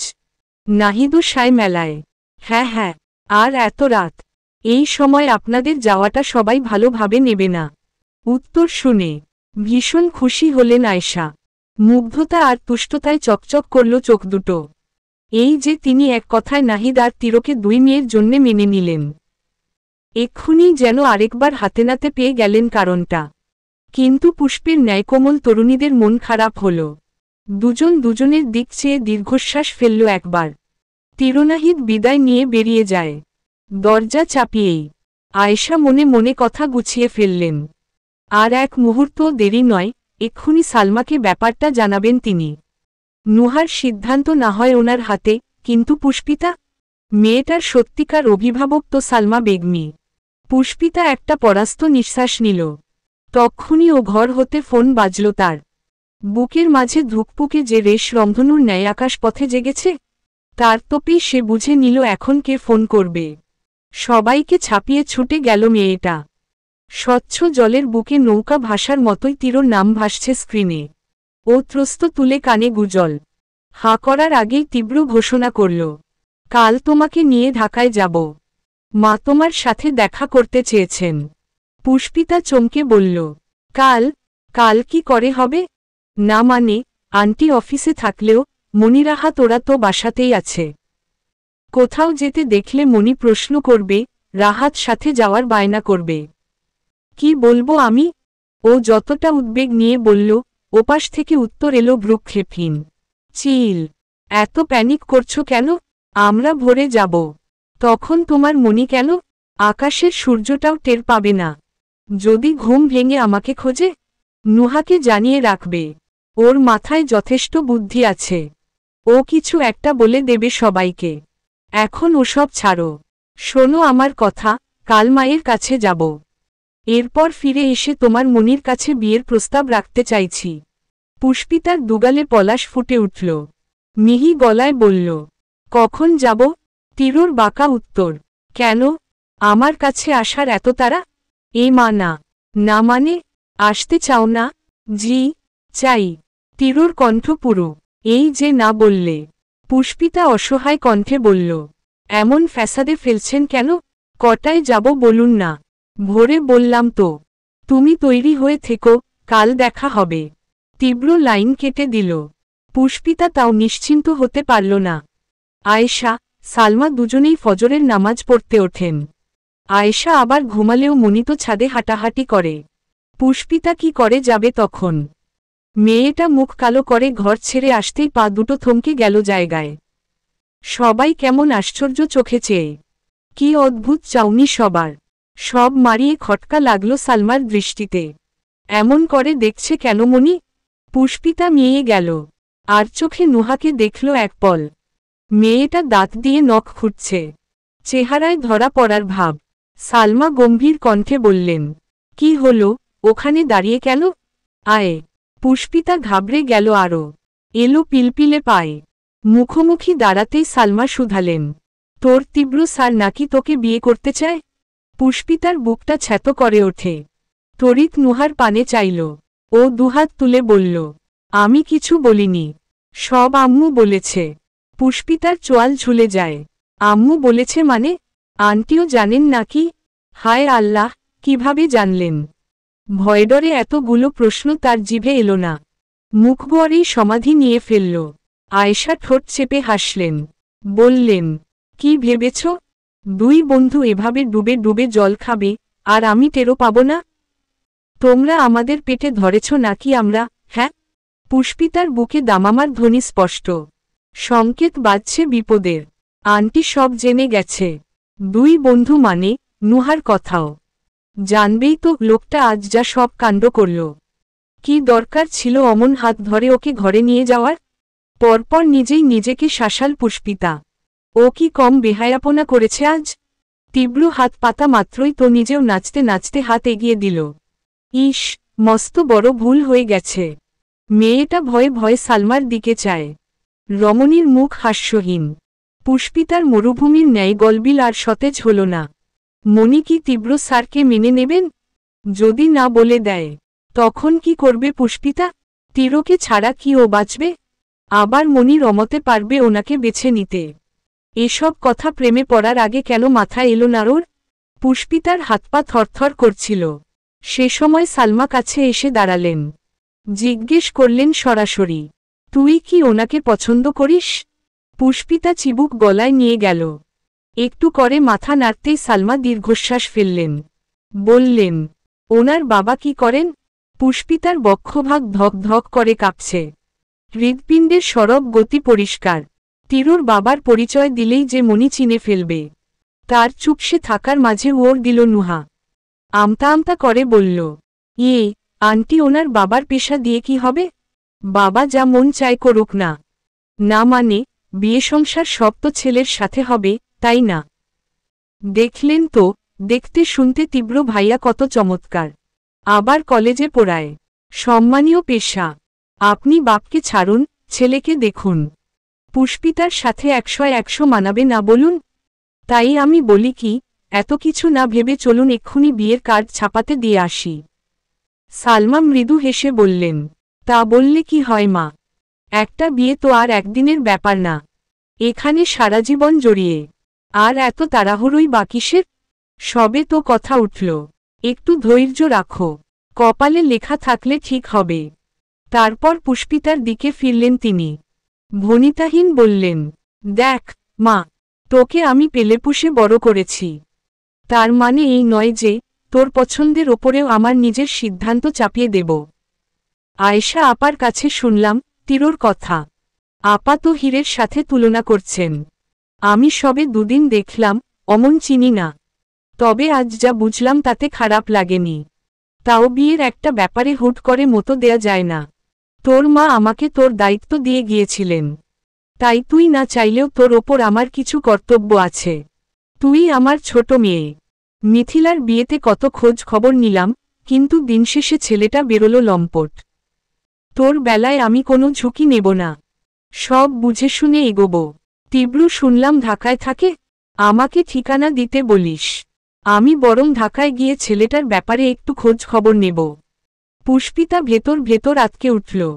ঢোক গিলে চাইল নুহার দিকে। নুহার দশাও তাই। দুজনেই বাসি মুড়ির মতো নেতিয়ে থাকেই। তিরোর ঠিকানা মানে মন্ত্রীর বাড়ি। আর স্বরাষ্ট্রমন্ত্রীর ছেলে যে কে, মনি তো জানে। খোঁজ নিতে গেলেই তিরোর সোনায় বাঁধানো অতীত বেরিয়ে আসবে। মনি যদি একবার শোনে বিট্টুই তীব্র সর্বনাশ। সেই মাস্তানবখাটে ছেলের সাথে ওর বিয়ে দেবে মনি? কখনো সম্ভব তা। উত্তেজনা আর ভয় দুই মিলিয়ে পুষ্পিতার গোটা রাত অস্থিরতায় কাটল। চিন্তায় মাথা প্রায় পাথরের মতো ভারী। নুহা যা বলতে চেয়েছিল পারেনি। পুষ্পিতারও শোনার মন নেই। তবে বিপত্তি বাঁধল আরেকদিকে। হুট করে পুষ্পিতা মুখ নাড়াতে পারছে না। দাঁতের মারি শুদ্ধ কোথাও একটা ব্যথা। চাপা নাড়ানোরও জো নেই। মেয়েটা সেই অবস্থাতেই নতুন জামাকাপড় পরল। আজকে ভাগ্য প্রসন্ন। নতুন জায়গা বলেই হয়তো সালমা নামাজের পর আর ছাদের পথ ধরেননি। চুপচাপ আবার ঘরে গিয়ে শুয়ে পড়েছেন। দৃশ্যটায় পুষ্পিতার বুকের দানবীয় পাথর যে কোথায় নেমে গেছে। আয়েশাও উঠবেন আরেকটু দেরি করে। আর এই ফাঁকেই তাকে বের হতে হবে। মনি সজাগ হলে নুহা বলবে ও কলেজে গেছে। তাকে সাহায্য করতে অত ভোরে মেয়েটাকেও উঠতে হলো। পুষ্পিতা হবু শাশুড়ির সাথে দেখা করতে যাচ্ছে, খবরটা পাওয়ার পর থেকেই আচমকা কেমন মুরব্বি বনে গেছে নুহা। হাঁটাচলায়, ওঠাবসায় কত শত উপদেশ তার। এই যেমন, শোন, গিয়েই সালাম করবি। তোর যা গলার আওয়াজ, একটু জোরে স্পষ্টভাবে কথা না বললে কিন্তু ভাববে মেয়ে বোবা। আর সব কথা অত মাথা নিচু করে বলার দরকার নেই। একটু চোখে চোখে তাকাস। ভাইয়া তো থাকবেন, বেশি মিনমিন করবি না। শাশুড়ি মানুষ। শুনেছি পৃথিবীতে দুটো জল্লাদ থাকে, একটা গলা কাটে ছুরি দিয়ে, আরেকটা ছেলের বউকে কাটে কথা দিয়ে। অবশ্য সবাই আবার এক না। তোর কপালে কোনটা পড়ে তা তো আর জানি না, তাই আগে থেকেই সাবধান করে দিচ্ছি। পুষ্পিতা দাঁতে ব্যথা নিয়েই মাথা নাড়ল। ওরা দোর খুলে রেখেছে, যাতে তীব্র এলেও কলিংবেল বাজাতে না হয়। মিনিট কয়েক পরেই ওপরের সিঁড়ি থেকে মোসমসে জুতোর আওয়াজ এলো। নিমিষেই সজাগ হয়ে দাঁড়ালো পুষ্পিতা। বুঝে গেল কে আসছে। পা বাড়ানোর আগেই নুহা আটকে দেয়। সতর্ক কণ্ঠে বলে, দাঁড়া, আরেকবার দেখে নিই তোকে। নুহা খুঁটিয়ে খুঁটিয়ে পুষ্পিতার আপাদমস্তক দেখল। মেয়েটাকে আজকে ও চুল বাঁধতে দেয়নি। সামনে থেকে গাছি নিয়ে পেছনে আটকালেও বাকি সব পিঠে ছড়িয়ে। তার ওপর নিজের সবথেকে ভালো জামাটা পরিয়েছে। পুষ্পিতা তো এমনিতেই সুন্দরী, যা পরে তাতেই রূপ বেড়ে যায়। কিন্তু ওসব ছাপিয়ে গেল তরুণীরা দাঁতে ব্যথার ব্যাপার। সুশ্রী মেয়েটা কেমন গাল চেপে আছে, ঠিকঠাক বলিও ফুটছে না। নুহার মায়া হল, বলল, একটা পেইন কিলার দেব, যদি ব্যথা কমে। তার কথার মধ্যেই চৌকাঠে এসে দাঁড়ালো তীব্র। পুষ্পিতার হাত গালে দেখে বলল, কি হয়েছে? এতক্ষণে মুখ খুলল সে। খুব দুঃখ নিয়ে বলল, মনে হয় আক্কেল দাঁত উঠছে। অনেক ব্যথা। এতদিন কি বেয়াক্কেল ছিলে? ফিক করে হেসে ফেলল নুহা। পুষ্পিতা ঠোঁট উল্টাল। আজকেই আপনাদের বাড়ি যাব, আর আজকেই এই অবস্থা। কি করি বলুন তো? নুহা বলল, ভাইয়া, ওর দাঁতটা কি ফেলা যাবে? দেখুন না, যদি ফেলতে পারেন। তীব্র বলল, আমি সব সময় লাথি মেরে মেরে মানুষের দাঁত ফেলেছি নুহা। তোমার বান্ধবীর বেলায় এই নিয়ম প্রয়োগ করতে চাই না। নুহা দুষ্টুমি করে বলল, তাহলে একটা চুমু দিয়ে দিন, যদি পড়ে যায়। পুষ্পিতা হা করে ফেলল। পরপর চোখ রাঙালোকে। নুহার ঠোঁটে মিটিমিটি হাসি। তীব্র নিজেও হয়তো কিছু অস্বস্তিতে পড়েছে। গলা ঝেড়ে প্রসঙ্গ এড়াতে বলল, এসো। পুষ্পিতা যেতে যেতে নুহাকে চোখ দিয়ে শাসায়। মেয়েটা তোয়াক্কাই করল না। দরজায় এসে হাত নাড়ল বিদায় জানাতে। বলল, সাবধানে যাস। তীব্র পুষ্পিতাকে নিয়ে প্রথমে মিরাজদের ভাড়া বাসা এলো। চারদিকে তখন দোয়েলের কাকলি। সবে সূর্য উঠতে শুরু করেছে। দু এক টোকাতেই মিরাজ এসে দরজা খুলল। হাই তুলতে তুলতে তাকালো সামনে। ওদের দেখেই ব্যস্ত হলো পরপর। তোরা, আয় আয়। পুষ্পিতাকে বলল, আসুন ভাবি আসুন। মুশফিকরাও উঠে আসে। এই বাসায় খাট নেই, সব ফ্লোরিং করে ঘুমায়। আরমান বলল, তোরা কি এখনই বের হচ্ছিস বিট্টু? হ্যাঁ, শাফিন উঠেছে তো। আমরাও সজাগ ছিলাম। তোর কথাই হচ্ছিল এতক্ষণ। আজ ভাবিকে নিয়ে প্রথমবার আন্টির সামনে যাবি, আমরা সবাই এত এক্সাইটেড না। তার কথায় উচ্ছ্বাস, কিন্তু লজ্জা পেল পুষ্পিতা। এমনিতেও তার নজর পায়ের পাতা থেকে খুব একটা ওঠে না। তার ওপর সবার ভাবি ভাবি ডাকে, তা আরও দ্বিগুণ বেড়ে আসছে। লুৎফার সাথে তিরোর কথা হয়েছে কয়েকদিন আগে। সে যে পুষ্পিতাকে নিয়ে ঢাকায় যাবে, বন্ধুমহলে এটা পুরনো খবর। শাফিন সহ সবাই মোটামুটি জানত। তীব্র সেই ঘরে এলো যেখানে অসুস্থ শাফিন শুয়ে। গায়ের লালচে র্যাশ দেবে গেছে। চোখমুখ এখনও বেশ ফোলা। তীব্র একটা চেয়ার টেনে বসল। তাকে দেখে দ্রুত উঠে বসতে চাইল শাফিন। ও হাত তুলে মানা করে। কণ্ঠে নম্রতা, এখন কেমন আছিস? ভালো। তুই আবার কষ্ট করে উল্টো পথে আসতে গেলি কেন? দেরি হয়ে যাবে না? সমস্যা নেই। ও তোকে দেখতে চাইছিল। আর আমিও ভাবলাম একেবারে সবার সাথে দেখা করে যাই। কথাটায় শাফিন রুগ্ন চোখ তুলে পুষ্পিতাকে দেখল এক পল। মৃদু হেসে বলল, বসুন ভাবি। মেয়েটা খুব আস্তে বলে, ঠিক আছি আমি। তীব্র শাফিনের মাথায় হাত বোলাল। বলল, ফ্রেশ হয়ে ওষুধ খেয়ে নিস। আমি আসি। মাথা নাড়ল শাফিন। তীব্র বের হওয়ার সময় পুষ্পিতার নরম হাত মুঠোয় ভরল। বড্ড শক্ত সেই বাঁধন। কাঙ্ক্ষিত কোনো আসামি ধরতে পারলে পুলিশ যেমন জিম্মায় পুড়ে রাখে, তার চেয়ে কম কিছু নয়। শাফিন কিছুক্ষণ নির্লিপ্ততা চোখে তাদের প্রস্থান পথ দেখল। চোখ বুজে ফোঁস করে শ্বাস ফেলল। তারপর বাকিরা ওদের এগিয়ে দিতে জিপ অবধি এলো। এক একজনের কত আনন্দ। তিরুর প্রেমের শুরু থেকে এই অবধির সাক্ষী ওরা। আনন্দ হবে না? আজকে পুষ্পিতা লুৎফা জামশেদ দুজনের সাথেই দেখা করবে। এরপর তীব্র প্রস্তাব রাখবে ওর পরিবারের কাছে। সব মিলিয়ে ওদের শেষটা ভালোয় ভালোয় হোক, এই তো, এতটুকুই চাওয়া ওদের। খোলা রাস্তার বুকে তিরোর জিপ ছুটছে। এলোমেলো প্রভঞ্জনে পুষ্পিতার চুলের দুরূহ দশা। ও কাঁধ ব্যাগ থেকে পাঞ্চ ক্লিপ বের করল, আটকাবে বলে। পূর্বেই বাদ সাধল তীব্র। বলল, থাকুক। সুন্দর লাগছে। কুণ্ঠিত পুষ্পিতা নিম্নষ্ঠ টিপে নেয়। ক্লিপটা ফের ঢুকিয়ে রাখে ব্যাগে। পরপরই বলল, একটু তাড়াতাড়ি ফিরতে হবে। হ্যাঁ, কলেজের সময় পেরিয়ে গেলে মনি কিন্তু সন্দেহ করবে। সন্দেহ কেন করবে? পুষ্পিতা মিনসে গলায় বলল, আয়েশা আন্টি সব বলে দিয়েছেন। আমি দেরি করলে মনি ঠিক বুঝে যাবে আপনার সাথে ঘুরতে বেরিয়েছি। তীব্র অবাক চোখে চাইল। কণ্ঠে স্ফূর্তি নিয়ে বলল, তার মানে উনি সব জানেন? ও মাথা নাড়ল। কিছু বলেননি? বলেছে আপনার ব্যাপারে খোঁজ খবর নেবে। যদি ভালো লাগে তাহলেই। এই অবধি এসে থামল মেয়েটা। পরেরটুকু আর বলতে পারেনি। কিন্তু স্নিগ্ধ মুখে যেন তিরোর সব উত্তর লেখা। না বলতেও বুঝে নেয় সে। নিজেই বলল, এত চিন্তা কিসের? ভাবছ তোমার মনি সত্যিটা জানলে বিয়েতে আপত্তি করবে?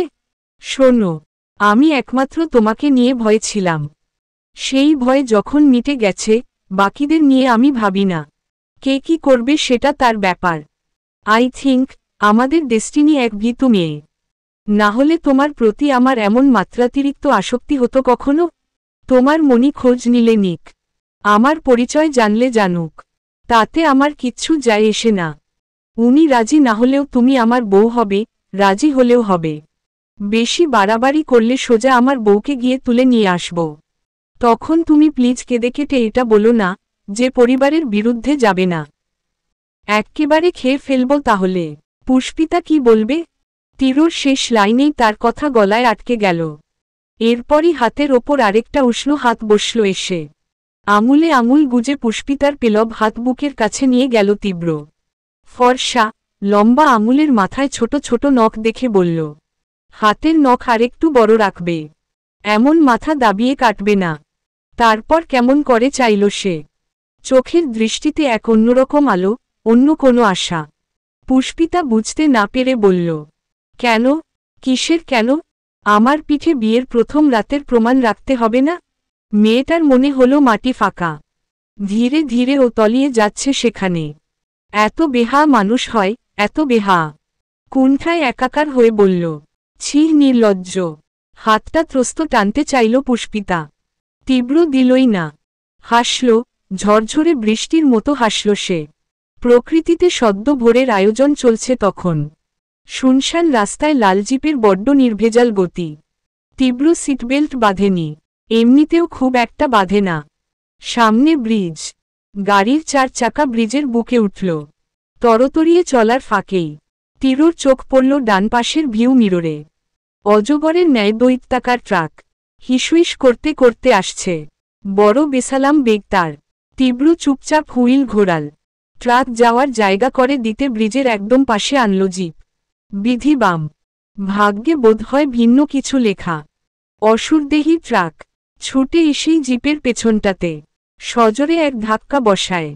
প্রখর আঘাতের কবলে তীরর হুইলে রাখা হাতটা হরকে গেল। ছোট্ট জিপ ত্রস্ত গিয়েই বাড়ি খেল ব্রিজের শক্ত হাতলে। প্রকোপে উল্টে গেল গোটা বাহন। আঘাতে চুরমার হল সামনের কাচ। ভেঙে গুড়িয়ে যায় জানলা। সংঘর্ষের অপ্রস্তুতিতে তীব্র টাল রাখতে পারেনি। ভাঙা জানলা হতে আস্ত শরীরটা তার ঠিকরে পড়ল বাইরে। ব্রিজের উঁচু পিলার লুফে নিল মাথার তালুর ত্বক। তারপর শিলাখণ্ডের ন্যায় আছড়ে পড়ল নদীর ভেতর। গভীর জল যেন হা করে চেয়েছিল। বলবান দেহটা গিলে নিল চোখের পলকে। ঝুপ করে অতলে টেনে নিয়ে সবকিছু আবার শান্ত করল সে। ততক্ষণে স্থলে থাকা জিপ হতে ধোঁয়া ছুটেছে, পরপরই তাপিষ্ট হল ট্রাকের তলায়। একটি নারী কণ্ঠ ছিটকে লুটিয়ে পড়ল বাতাসে। সেই সাথে দুমড়েমুচড়ে গেল 2 শালিকের ঘর বাঁধার স্বপ্নরাও। সে আমার সন্ধ্যা প্রদীপ। কলমে নুসরাত সুলতানা সেজুতি। 52।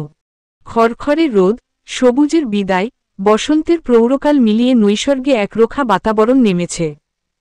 ফ্যাকাশে ত্বকের ন্যায় সাদা আকাশ। তাতে মিশে গেছে মেঘের পাল। এক ফোঁটা বৃষ্টি হওয়ার জো নেই কোথাও। গলার ভেতর আস্ত মরু বয়ে। জন্মানবের জীবন চালানোর যেন বাধ্যগত নিয়ম। প্রকৃতির এমন নিষ্ঠুরতম সময়ে এসির ঝিমঝিম শব্দটা বড্ড বেমানান। তার চেয়েও বেমানান জামশেদ তালুকদারের চোখের জল। এই মুহূর্তে সিঙ্গাপুরের একটা নামী হাসপাতালে বসে আছেন তিনি। চোখ বুজে চ্যাপ্টা চেয়ারের হাতলে মাথা ঠেসে রাখা। বেশ কিছুক্ষণ কাটল। তারপর অমন বসেই একবার চারপাশটা দেখলেন ভদ্রলোক। অদূরের এক কোনায় বসে নামাজ পড়ছেন লুৎফা। জামশেদের আলোহীন মুখে আরও আমাবস্যা নামল। হাসপাতালে একটা উৎগন্ধ থাকে। ফিনাইলের বোধ হয়। যত ভিআইপি হোক, গন্ধটা থাকেই। এজন্যে জামশেদ খুব একটা হাসপাতালের পাশ মারাতেন না। গন্ধটা নাকে এলেই তার পেট গুলিয়ে আসত। অথচ এখন 7-7টা মাস কি অনায়াসে এখানেই ছুটে বেড়াচ্ছেন। একবার দেশ, একবার সিঙ্গাপুর করে করে দিন পার হচ্ছে। গন্ধ পাবেন কি করে? তার অনুভূতি ঠিকঠাক কাজ করে আজকাল? ছেলের এমন দশায় থাকলে সম্ভব তা? জামশেদের চোখ বেয়ে জল গড়াতে চাইল, কিন্তু কাঁদলেন না ভদ্রলোক। বরাবরের মতো একটা শক্তপোক্ত বেরির সাথে কষ্ট প্যাঁচিয়ে রাখলেন। ধ্যান ভাঙল এক পুরুষালী কণ্ঠে। চোখ তুলে চাইলেন তিনি। হাফিজ একটু ঝুঁকে এলো। রোগা পাতলা, কমবয়সী ছেলে। সুটকোটের কারণে একটু ভারী লাগছে। কোমল স্বরে সুধাল, স্যার, খাবার আনাব? মাথা নাড়লেন জামশেদ। ছোট করে জানালেন, খিদে নেই। হাফিজ চোখে মুখে দরদ নিয়ে বলল, স্যার, আশা থেকে তো কিছু খেলেন না। প্রায়ই না খেয়ে থাকছেন। ম্যাডামও বোধ হয় খাননি। এরকম অনিয়ম করলে তো শরীর ঠিক থাকবে না স্যার। আপনারা সুস্থ না থাকলে ছোট স্যারের খেয়াল রাখবেন কি করে? যার ছেলে 7 মাস ধরে মৃত্যুর সাথে পাঞ্জা লড়ছে হাফিজ, তার বাবা মায়ের কি খেতে ইচ্ছে করে? জোর করো না। হাফিজ আর বলার মতো কিছু পায়নি। কালো মুখে কেবল একটা দীর্ঘশ্বাস ফেলল। ও জামশেদের অ্যাসিস্ট্যান্ট হিসেবে জয়েন করেছে প্রায় বেশ কয়েক মাস। তখন থেকেই দেখছে 2 প্রৌঢ়ের প্রতীক্ষার দিন। কোমায় থাকা এক সন্তানের জেগে ওঠার আশায় নিভিন্ত আখিগুলো দেখলে বড্ড মায়া হয় তার। কি সাংঘাতিক ছোটাছুটি করেন জামশেদ। কখনো ফ্লাইট ধরে বাংলাদেশ, কখনো আবার হাসপাতাল। মন্ত্রিত্ব রক্ষার দায় না থাকলে এখান থেকে তাকে টলানো যেত। যেমন লুৎফা সারাদিন হাসপাতালে পড়ে থাকেন, তিনিও থাকতেন। ভদ্রমহিলা আইসিইউয়ের সামনে হত্যে দিয়ে বসে রণ। কখনো উকি দিয়ে ছেলেকে দেখে গালগলা ভেজানো, কখনো কাঁদতে কাঁদতে সিজদাজ্য লুটিয়ে পড়েন। হাফিজের ভাবনার মাঝেই লুৎফার ফোপানোর শব্দ পাওয়া গেল। ফের নামাজে বসে কাঁদছেন তিনি। ফোপানোর মাত্রা আস্তে আস্তে দীর্ঘ হল। মায়ের হাহাকার ঠিকরে পড়ল চারদিকে। হাফিজের কষ্ট হয়, নিজের মাকে মনে পড়ে। স্ত্রীর কান্নায় বুকখানা মোচড় দিল মন্ত্রীর। একটু আগেই এখানে পৌঁছেছেন তিনি। উঠে গেলেন এবার, আস্তে ধীরে গিয়ে স্ত্রীর পাশে বসলেন হাঁটু ভেঙে। ছলছল চোখ ভিজে গাঢ় হয়ে এলো। তিরোটা হওয়ার পর কোনোদিন এক ফোঁটা সময় দেননি জামশেদ। রাজনীতিতে নিজের একটা পাকাপোক্ত স্থান গড়তে হবে, সেই লোভে পুরোটা জীবন ছুটে বেরিয়েছেন। আর 5টা বাবার মতো তো দূর। একটা দিন তিরোর হাত ধরে স্কুলে নিয়েছেন কি না মনে নেই। কখনো ছেলেকে কাঁধে চড়িয়ে পার্ক ঘোরাননি। বাড়ি ফিরে কোলে বসিয়ে চুমু খাননি। কখনো নিজের হাতে এক লোকমা খাইয়েও দেননি। নীরব দূরত্ব বাড়তে বাড়তে এমন পাহাড় ডিঙিয়ে ফেলল যে ছেলেটা হুট করেই কেমন উগ্র হয়ে যায়। কথা শোনে না, সম্মান করে না। এখানে ওখানে মারপিট, রোজকার সালিশ, বিচার, নালিশ, মদ, সিগারেট, ক্লাব, সব মিলিয়ে ছেলের প্রতি আড়ালে আবডালে ভীষণ বিদ্বিষ ছিলেন তিনি। কিন্তু এসবের জন্যে আজ কোথাও না কোথাও নিজেকে দায়ী মনে হচ্ছে। যদি বাবা হিসেবে সন্তানকে নিজের আদর দিয়ে, সময় দিয়ে মানুষ করতেন, তীব্র হয়তো অতটা বকে যেত না। দিন শেষে সন্তান তো তার একমাত্র ছেলে। মন থেকে বলুক না বলুক, একবার হলেও ড্যাড তো ডাকে। জামশেদের শক্ত থাকা হল না। স্ত্রীর কান্নার প্রভাবে স্বীয় বনিয়াদের সীমাও ভেঙে চুরে গেল। ঝোড়ো ঝোড়ো করে কেঁদে হাত তুললেন আল্লাহর দরবারে। আজকেও চাইলেন ছেলেটা একটু সুস্থ হোক, একবার চোখ খুলে তাকাক, একবার ঠোঁট নেড়ে ডাকুক ওনাদের। তিনি তো বুড়ো হয়েছেন, আর কদিনেরই বা জীবন। ওনাকে নিয়ে ওই জোয়ান ছেলেটাকে বাঁচিয়ে দিলে হতো না? দুজন বয়স্ক মানুষের ফ্যাচফ্যাচে কান্নায় হাসপাতালের আলো বাতাস যেন ভারী হয়ে উঠল। হাফিজের এত খারাপ লাগছে। তার যদি সাধ্য থাকত কিছু করার, ঠিক তিরোকে সুস্থ করে ফেলত। আচমকা তিরোর কক্ষ হতে একজন নার্স ছুটে বের হলেন।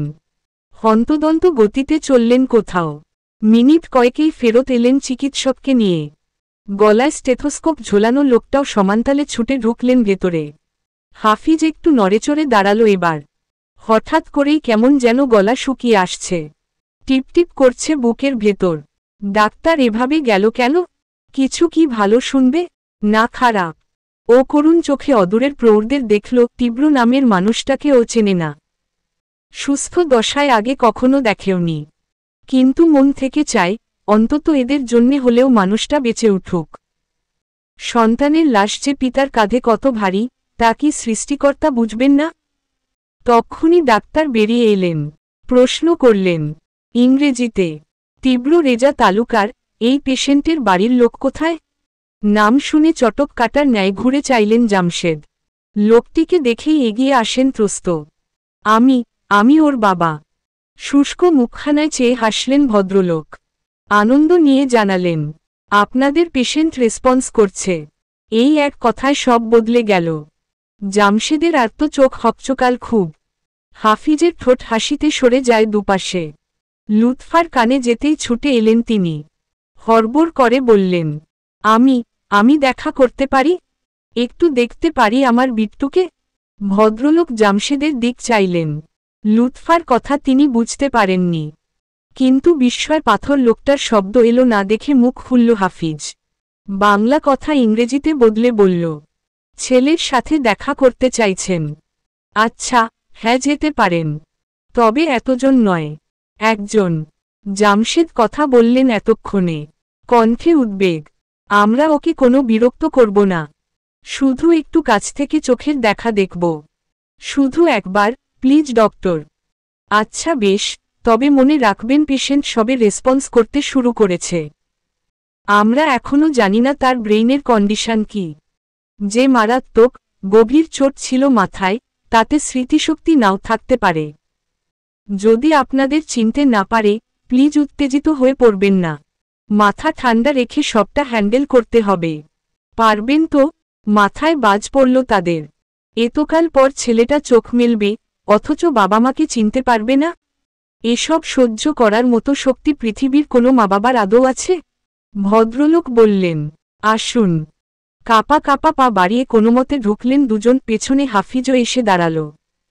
তীরুর মুখে বড়সড় অক্সিজেন মাস্ক বসানো, বাপাশটা ইসিজির সংকেতের টিকটিক টিকটিক শব্দ, ওপরের লম্বা টানেলে স্যালাইন ঝুলছে। এবিসির মাধ্যমে বাঁচিয়ে রাখা মানুষটার পুরো মাথা জুড়ে শুধুই বিশাল সাদা ব্যান্ডেজ, সোনালি চুলগুলো সানন্দে ঢেকে গেছে তাতে। লুৎফার বুক কামড়ে ধরল কিছু একটা। টালমাটাল শরীরে ছেলের কাছে এসে বসলেন। কোটর থেকে কফটা উষ্ণ তরল এসে লুটপাট হল কপলে। কর্কশ সুরে কথা বলা, হম্বিতম্বি দেখানো, সেই ছেলেটা কোথায় তার? ডাক্তার বললেন, ওকে ডাকুন, ও শুনতে পাচ্ছে। লুৎফা কথা বলতে গেলেন, কিন্তু আওয়াজ ফুটল না। জামশেদুরও একই দশা আজ, তবে থেমে রইলেন না। গলা ঝেড়ে ডাকলেন, তীব্র, তীব্র বাবা শুনছ? 1 মিনিট, 2 মিনিট, করে করে কিছু পল কাটল। খুব ধীরুজ বেগে সাড়া দিল মানুষটা। কালো পল্লবগুলোতে ভূমিকম্প নামিয়ে নিভু নিভু করে আলাদা হলো তার বিলাতি ঘোলা চোখ। গুনে গুনে 7 মাস পর তাকালো তীব্র। ঝাপসা দৃষ্টি মারিয়ে একটু একটু করে পৃথিবীটা স্বচ্ছ হলো সামনে, যেখানে প্রথমেই ভাসল একটি সুকোমল চটচটে মুখ। কেমন উদ্গ্রীব হয়ে দেখছে তাকে। লুৎফার বুক ধুকপুক করছে, ঢোক গিলছেন শুধু। ছেলেটার স্মৃতি আছে তো? চিনতে পারবে তো ওনাকে?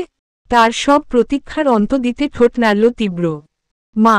ভদ্রমহিলা চোখ বুজে নিলেন। কান্না আটকাতে চেয়েও হল না। মুখে আঁচল চেপে ঝোড়োঝোড়ো করে কেঁদে ফেললেন তিনি। পাশ থেকে কেউ উদ্বিগ্ন হয়ে বলল, আর আমাকে, আমাকে চিনতে পেরেছ? তীব্র মাথাটাকে অল্প একটু বাঁকাল। জামশেদ ওর হাতটা শক্ত করে ধরেছেন। চোখে মুখে আশঙ্কার ঝড়। তীব্র ডাকল, বাবা। ভদ্রলোক খুশিতে হাসবেন না স্ত্রীর মতো কেঁদে ভাসাবেন বুঝতে পারলেন না। তীব্র তাকে বাবা ডাকে না, কিন্তু আজ ডাকল। এত মাস পর দেখল ওনাকে। এই আনন্দ কোথায় রাখবেন জামশেদ? তীব্র আস্তে আস্তে পুরো কক্ষে চোখ বোলায়। বাবা মা ছাড়া বাকি সব মুখ তার অচেনা। ঝোলানো পর্দা, এক একটি যন্ত্রপাতি, অ্যাপ্রন পরা লোকটা, নার্স এসব দেখে বুঝতে পারল সে কোথায়। কিন্তু ও হাসপাতালে কেন? ওর কি কিছু হয়েছিল? তীরুর মাথার শিরাগুলো দপদপ করে উঠল। কষ্ট হল, ব্যথা লাগলো মনে করতে গিয়ে, কিন্তু হাল ছাড়েনি। চোখের পর্দায় ছবির ন্যায় হানা দিল। সেই গা হিম করা অতীত। ও ড্রাইভ করছিল, পাশে ভীতু মেয়ে। তারপর একটা ট্রাক, একটা ধাক্কা, আর সব শেষ। তীরুর হৃৎপিণ্ড থমকে যায়। টনক নড়ে মাথার। ও হাসপাতালে, তাহলে ভীতু মেয়ে? ভীতু মেয়ে কোথায়? তীব্র ছটফটিয়ে উঠল, কিন্তু অত দ্রুত মুখ থেকে কথা এলো না। শব্দগুলো কেমন এঁকেবেঁকে গেল। পুষ্পিতা কোথায়? লুৎফা অবাক হলেন। একপল চাইলেন স্বামীর পানে। জামশেদ বললেন, মেয়েটা তোমার সাথে ছিল? তীব্র মাথা নাড়ে। উনি বললেন, কিন্তু আমি তো তা জানি না। পুলিশ আমাকে ইনফর্ম করেছিল তোমার কথা। ব্রিজের ওপর তোমার ভাঙা জিপ দেখে ওরা জেনেছে জিপের মালিক আমার ছেলে। তারপর তোমাকে নদী থেকে উদ্ধার করা হলো। আমি তো সাথে সাথে তোমাকে ঢাকা নিয়ে এসেছিলাম। তোমার অবস্থা সময় যেতেই আরও খারাপ হচ্ছিল বলে সোজা সিঙ্গাপুরে আসি। জিপে আর কেউ ছিল কি না সেসব তো কিছু জানি না।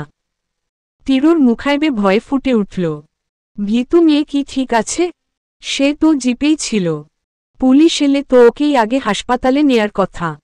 ছেলেটা নড়তে চাইল, কিন্তু শরীর সঙ্গ দিল না। এত মাস একভাবে পড়ে থাকায় এখনও অবশ ভাব কাটেনি।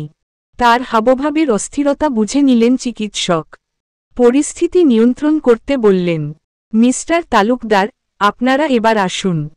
পেশেন্ট বিশ্রাম নিক। লুৎফার উঠতে মন চাইল না, কিন্তু যেতে তো হবে। ছেলের মাথায় হাত বুলিয়ে কপালে চুমু খেলেন তিনি। বেরিয়ে এলেন স্বামীর সাথে। কিন্তু তীব্র যে প্রশ্নের হেতুতে মরিয়া হয়ে রইল, সেসব কারো শোনাই হল না। 2 সপ্তাহ পর সন্ধে নেমেছে সবে। আজান শেষ হয়নি। মধুর বাতায়নে ঘুরে বেড়ানো মিষ্টি সুর এখনও পরিচ্ছন্ন শোনা যায়। মিরাজ চায়ের কাপে চুমুক দিতে গেল, ধপ করে পাশে এসে বসল শাফিন। ছেলেটা চমকায় কিছু। ওকে দেখে ভ্রু তুলে বলে, আজ এত তাড়াতাড়ি? কাল সরকারি ছুটি না? তাই। মুশফিক বলল, বাড়ি না গিয়ে এখানে কেন? একেবারে ফ্রেশ হয়ে তারপর আসতি। শাফিন কাষ্ঠ হেসে একবার পুরো জায়গাটা দেখল। মলিন গলায় বলল, বাড়ি গিয়ে কি করব? মন তো এখানেই পড়ে থাকবে। এখানে থাকলে মনে হয় বিট্টু আমাদের আশেপাশেই আছে। বাকিদের চেহারায় আধার ঘোনাল। দীর্ঘশ্বাস ফেলল একচোট। আরমান বলল, কবে যে বিট্টু সুস্থ হবে? কবে যে একটু দেখব ওকে? ওকে ছাড়া কিছু ভালো লাগছে না। একটা ধমক দেবে, চোখ রাঙাবে, এতেও শান্তি। একটু যোগাযোগও করতে পারছি না। স্বর ভাঙা শোনাল তার। শাফিন বলল, আসবে। অপেক্ষা কর, ঠিক আসবে। বিট্টু আমাদের কাছে না এসে কোথায় যাবে বলতো? উত্তরে কেউ কিছু বলল না। সবার বুক হতে বেরিয়ে এলো পোড়া শ্বাসের ঝুলি। করিম শাহও কিছু মন খারাপ করলেন।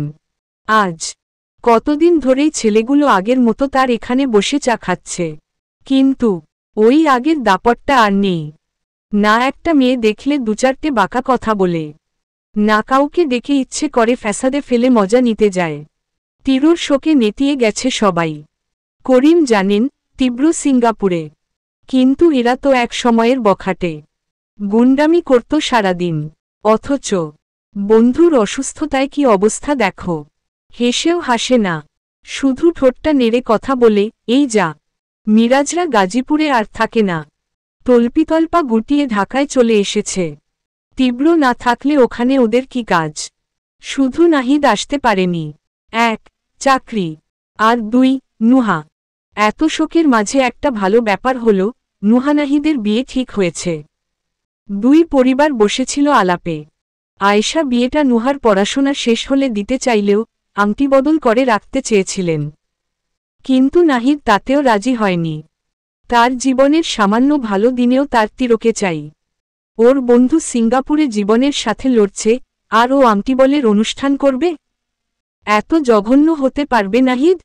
ছেলেটা প্রত্যেক বৃহস্পতিবার ঢাকায় আসে, বন্ধুদের সাথে সময় পার করে। এখন আর ওরা আগের মতো রাত জেগে তাস মেলে বসে না, বরং গোটা রজনী মসজিদের নামাজে কাটিয়ে দেয়। সবাই মিলে তাহাজ্জুদ পড়ে তীরর জন্যে দোয়া করে। মদের বদলে মুখ ভেজায় অজুর পানিতে। সবার জীবনের গল্পগুলো কেমন আচমকাই বদলে গেছে, তাই না? সকলের ভাবনা একই জায়গায় এসে থামল। 4টে ছেলের মাঝে সুদূর থেকে আসা নীরবতা বসল ঘাটি গেড়ে। দৈবাত একটা গাড়ি ব্রেক কষার শব্দ এলো কানে। মুখ তুলল ওরা। সাদা নতুন গাড়িটার কাচ তোলা। প্রথমে দোর খোলে, এরপর এক জোড়া পলিশ করা জুতোর সাথে যে চেহারার দেখা মেলে, তাতে পিলে শুদ্ধ চমকে গেল সবার। মিরাজের হাত থেকে চা পড়ে যায়। মুশফিকরা তোরাক করে উঠে দাঁড়ায়। দোকানের ভেতরে বসা করিম নিজেও হতভম্ব। শাফিন চিৎকার করে উঠল, বিট্টু! তীব্র হাসল। সঙ্গে সঙ্গে ঝড়ের বেগে ছুটে এলো ওরা। তীরের মতো ঝাঁপিয়ে পড়ল গায়ে। যে যেভাবে পারল চারদিক থেকে ঝাপটে ধরল ওকে। প্রকোপে তীব্র পড়তে নেয়। গাড়িতে এক হাত ঘেঁষে সামলায় নিজেকে। মিরাজ কেঁদে ফেলল। আরমান ফোপাচ্ছে। মুশফিকের চোখ ছলছলে। শাফিনের ম্লান মুখের দিকে তাকানোও দুঃসহ। দীর্ঘদিনের এই মিলনের পর বুক ফুলিয়ে লম্বা দম ঝাড়ল তীব্র। মিরাজ কণ্ঠে অবিশ্বাস নিয়ে বলল, তুই তুই সুস্থ হয়ে গেছিস? আমি কি স্বপ্ন দেখছি বিট্টু? এই শাফিন, এই মুশফিক, আমরা ঠিক দেখছি সবাই? আমাদের বিট্টু সত্যি এসেছে? শাফিন বলল, বিট্টু তুই কবে এলি? জানাসনি কেন আমাদের? আমরা সবাই মিলে তোকে এয়ারপোর্টে আনতে যেতাম। তীব্র ওদের ধাতস্থ হতে সময় দিল। সবসময়ের প্রতাপী ছেলেটার চোখমুখ আজ তরঙ্গের ন্যায় স্থির। বলল খুব ধীরে, আমি ঠিক আছি এখন, তোরা একটু শান্ত হ। এভাবে মেয়েদের মতো কাদার কিছু হয়েছে? মিরাজ চোখ মুছল, স্ফূর্ত হেসে বলল, তুই এসে গেছিস, আমাদের আর কোনো চিন্তা নেই। এই, আমরা আজ সারারাত আড্ডা দেব। হ্যাঁ, আজকে আমি সবাইকে বিরিয়ানি খাওয়াব। আরমান বলল, আর আমি বিয়ার খাওয়াব। শাফিন বলল, আমি কি করব? আমি সিনেমা দেখাবো সবাইকে। মুশফিককে ওরা কিছু বলতেই দিল না। কেমন হইচিয়ে ভরে ফেলল জায়গাটা। তিরুর বুক জুড়িয়ে যায় এমন বন্ধু পাওয়ার খাতিরে। দোকান থেকে ফতাফত নেমে এলেন করিম। কণ্ঠে বিনয়, উচ্ছ্বাস একসাথে শোনাল, ভাই, আপনি আইছেন? কি যে খুশি লাগতেছে আপনারে দেইখা। কতদিন হইল আমার দোকানের চা খান না কন্ত। আইজ আপনারে সেই আগের মতো ফার্স্ট ক্লাস এক কাপ চা খাওয়ামু। আসেন, বসেন। কাঁধের গামছাটা দিয়ে বেঞ্চ মুছে দিলেন ভদ্রলোক। কিন্তু তীব্র মানা করল, বলল, আজ না, আমি এখন খুব তাড়ায়, পরে অন্য সময় হবে। মুশফিক বলল, তারা কেন? কোথাও যাবি? গাজীপুর যাচ্ছি। চারটে হাসিমুখ দপ করে নিভে গেল অমনি। একে অপরকে দেখল সতর্ক চোখে। মিরাজ তুতলে উঠল, গাজীপুরে কেন? ককি কাজ? তীব্র স্বভাবসুলভ ভ্রু কোচকায়। ইয়ার কি মারছিস আমার সাথে? ওখানে কি কাজ তোরা জানিস না? ভীতু মেয়ের কাছে যাব।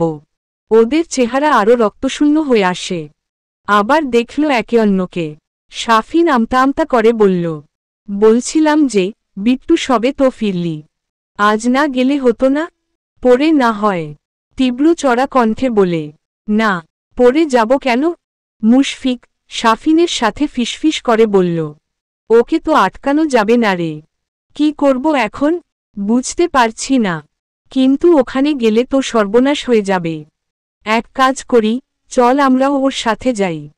তীব্র গাড়ির দৌড় খুলল উঠবে বলে।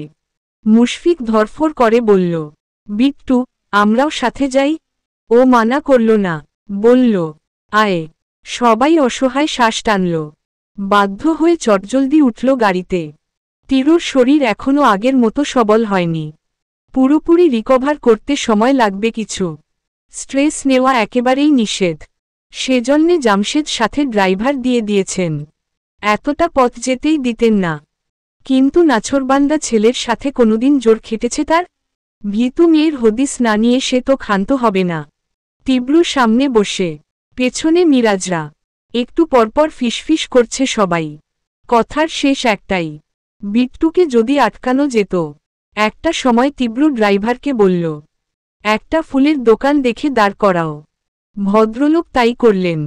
তীব্র নিজে নেমে গিয়ে মুঠো ভরতি গোলাপ কিনে আনল। সন্ধ্যের আলোতে ফুলের লাল রং স্পষ্ট, অথচ মিরাজদের অমানিসায় ঢাকা চেহারায় আলো ফেরার সম্ভাবনা শেষ। বুক মোচড় দিল ব্যথায়। এই ফুল তীব্র কার জন্য নিতে পারে সে কি ওরা জানে না। তীব্র তখনই বলল, আমি অসুস্থ হলাম আর তোরাও চলে এলি কেন? ওখান থেকে তো ভীতু মেয়ের খেয়াল রাখতে পারতিস। আমি নেই, মেয়েটা একা একা কি করবে? তার ওপর আমার অসুস্থতার জন্যে না জানি কি অবস্থা করেছে নিজের। এত গর্দব কেন তোরা? উত্তর দেয়ার জন্যে ওরা কেউ শব্দ খুঁজে পেল না। চেষ্টা করলেও ইয়েমানে অবধি এসে আটকে রইল মুশফিক। গাজীপুরে ঢুকতে ঢুকতে রাতের প্রহর ঘনিয়ে আসে। ততোধিক বেড়ে যায় তীরর বুক কাঁপার গতি। ও আজকেই দেশে পৌঁছেছে। তারপর এক মুহূর্ত সময় নষ্ট না করেই ছুটছে পুষ্পিতার কাছে। মেয়েটার ফোন তো সেদিন গাড়ির সাথেই নষ্ট হয়ে গেছিল। চাইলে নুহা বা নাহিদকে জানাতে পারত, কিন্তু তীব্র ইচ্ছে করেনি। একেবার সশরীরে গিয়ে সামনে দাঁড়াবে পুষ্পিতার। মিরাজরা তো ওকে দেখে কেঁদে ফেলল খুশিতে। ভীতু মেয়ে কি করবে? অজ্ঞান হয়ে যাবে? তীব্র ঠোঁট কামড়ে হেসে ফুলের গায়ে হাত বোলাল। গাজীপুরের চেনা রাস্তায় চলছে গাড়ি। এখানে ওদের কত স্মৃতি। সমসঙ্গে কত যাত্রা। ভীতু মেয়ে নিশ্চয়ই ওর আশায় পথ চেয়ে আছে। খাওয়া দাওয়া করছে ঠিকমতো। গিয়ে কি দেখবে তীব্র, সুন্দর মুখটার কেঁদে কেটে বেহাল দশা, তাই না? তীব্র গাড়ি থেকে ফ্ল্যাটের সামনে নামল।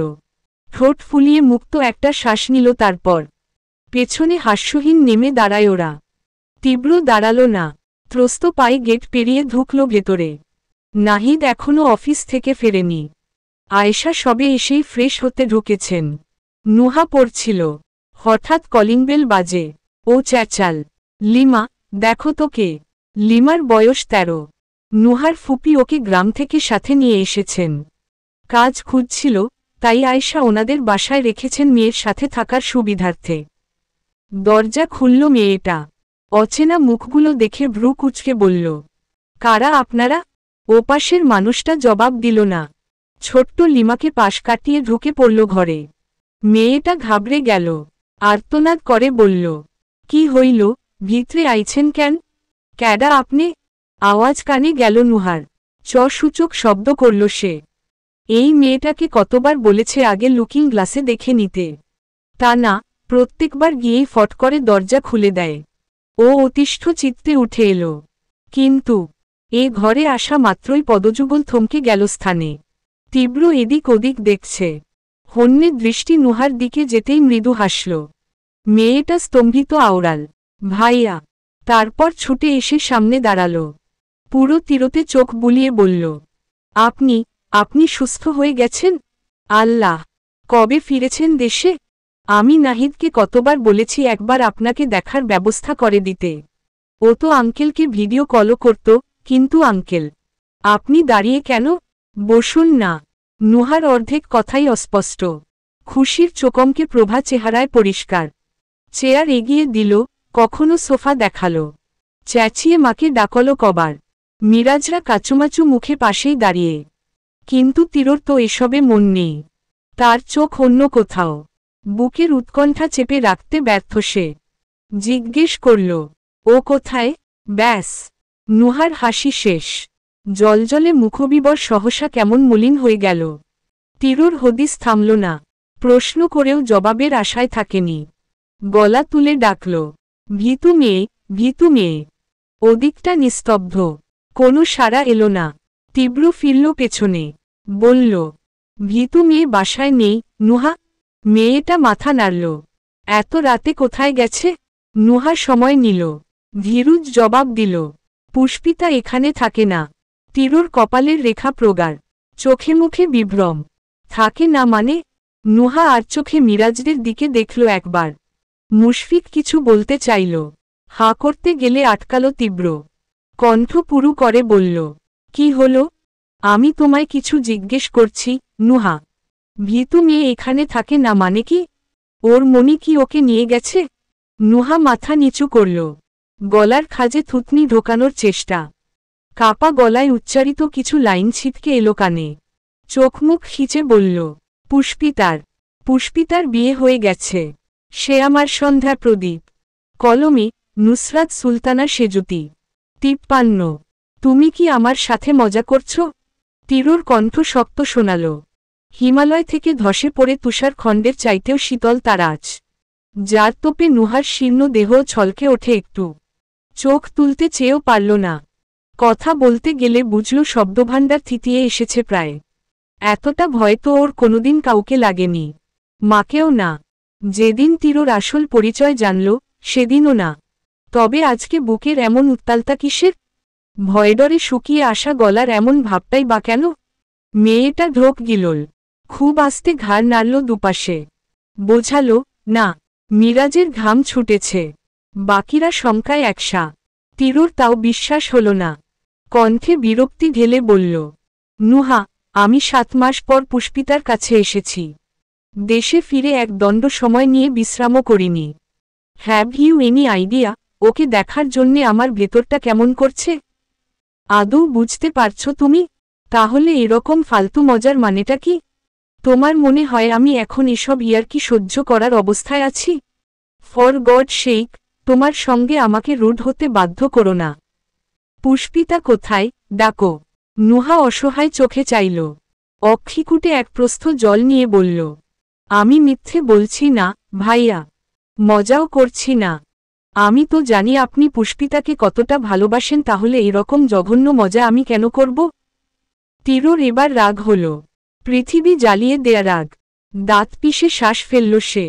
চটে কিছু বলতে গেলে মুখ খুলল মিরাজ।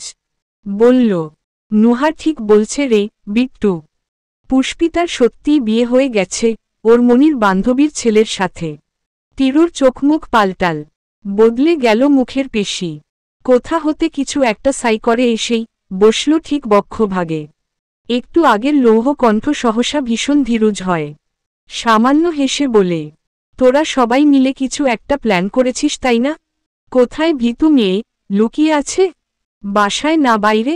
সাফিন করুণ কণ্ঠে বলল, কোনো প্র্যাঙ্ক হচ্ছে না বিট্টু, ওরা সত্যি বলছে রে, পুষ্পিতা আর তোর নেই, সে এখন অন্যের স্ত্রী। তীরর ঘোলা নেত্রমণি এক মুহূর্তের জন্যে থমকে বসল জায়গায়।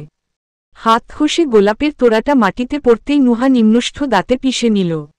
কান্নার তোরে একটা বড়সড় বাঁধ ফেলেও ব্যর্থ হল পরপর। ফোপানোর সাথে সেটা ছুটে এলো বাইরে। তীরর স্তব্ধের ন্যায় সবাইকে দেখে নেয় এক পল। কারো ঠোঁটে এক ফোঁটা হাসি নেই। তার বন্ধুদের মুখাইবের এই মলিনতা সে চেনে না। নুহাকে এমন কাঁদতে তো কোনোদিন দেখেনি। এতগুলো মানুষের নিভিন্ত মুখশ্রী সাক্ষী যোগায়, তাদের কথায় ভুল নেই। তীব্র সব ঘটনা পরপর সাজাল। ও গাজীপুরে আসবে শুনে মিরাজদের অভিব্যক্তি পাল্টে যাওয়ার ছাপটুকু স্পষ্ট প্রমাণ রাখল আরেকবার। এর মানে সত্যিই ভীতু মেয়ের। তীরর পৃথিবী দুলে ওঠে, পায়ের তলার জমিন সরে যায়। বলবান দেহটা দুর্বলের ন্যায় এক পা পিছিয়ে যায় অমনি। সাফিন এগোতে চাইলে হাত তুলে মানা করল। মেঝের বুকে এলোমেলো পাতা ফেলে বলল, সব মিথ্যে।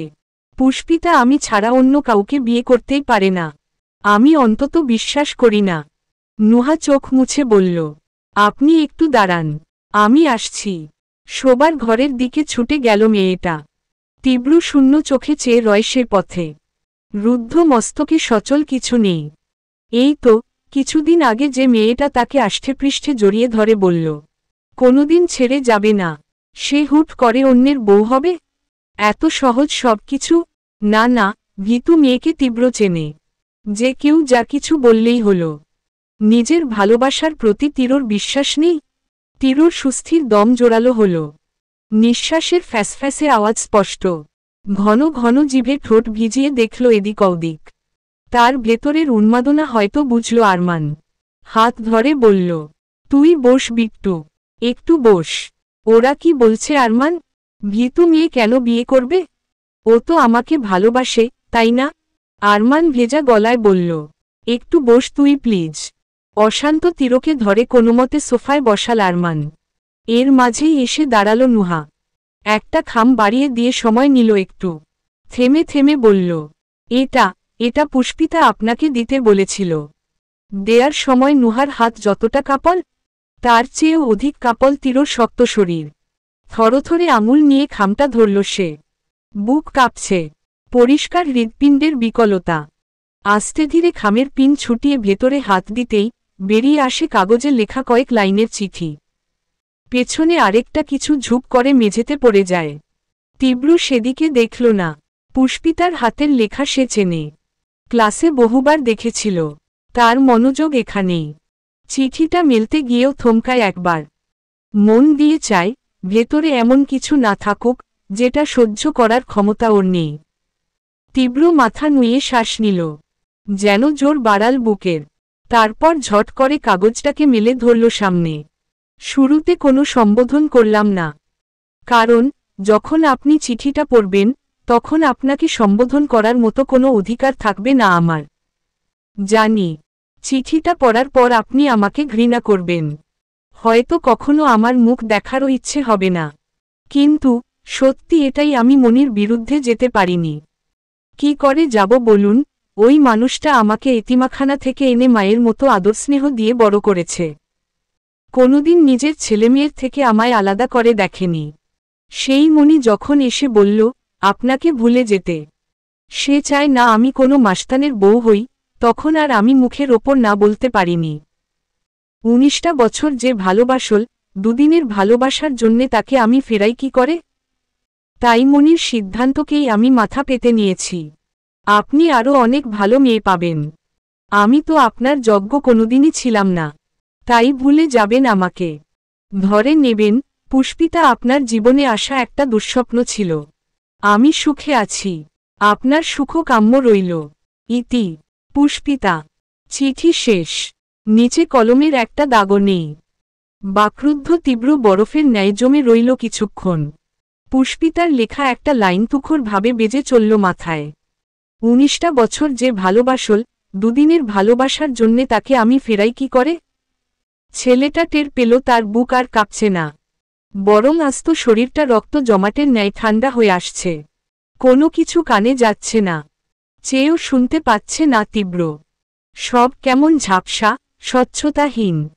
এই ব্যথাটাকে কি বলে? এটাই কি মরে যাওয়ার মতো কষ্ট? এই যে তীরর শ্বাস আটকে আসছে, এই যে তীরর সামনে সব ধোঁয়াশা হয়ে ভাসছে, একেই কি মরণ যন্ত্রণা বলে? আরমান চোখের জল ফেলে দিল গালে। বলল, বিট্টু এবার নিজেকে কি করে সামলাবে বলতো? সাফিন বলল, জানি না রে। যে মেয়ের জন্যে সব ছেড়ে এসেছিল সেই মেয়েই ওকে। তারপর ফোঁস করে দীর্ঘশ্বাস ফেলল সে। মিরাজ কাছে এগিয়ে এলো। মেঝেতে তীরর হাঁটুর কাছে বসে ওর দিকে চেয়ে রইল খানিকক্ষণ। তীরর চোখের একটা পাতাও নড়ছে না, কেমন অনুভূতিশূন্যের ন্যায় চিঠির লেখা দেখছে। ও হাঁটুতে হাত রেখে বলল, সেদিন তুই পুষ্পিতাকে নিয়ে বেরিয়ে গেলি। আমরা এতবার ফোন করলাম, কিন্তু কাউকেই পাচ্ছিলাম না। দুজনের ফোনই সুইচড অফ। এদিকে আঙ্কেলও তোকে না পেয়ে নাহিদকে ফোন করলেন। আমরা চিন্তায় বড্ড অস্থির হয়ে পড়ি। ঠিক বিকেল নাগাদ খবর পেলাম তোদের অ্যাক্সিডেন্ট হয়েছে। আমরা ছুটে যাই। পুষ্পিতাকে ততক্ষণে স্থানীয়রা হাসপাতালে নিয়ে যায়, কিন্তু তোকে পাওয়া যাচ্ছিল না। পুলিশ জিপের খোঁজ নিয়ে জানতে পেরেছিল ওটা স্বরাষ্ট্রমন্ত্রীর ছেলের গাড়ি। তারপর ওরা আঙ্কেলকে খবর দেয়। আঙ্কেলই জানিয়েছিলেন আমাদের।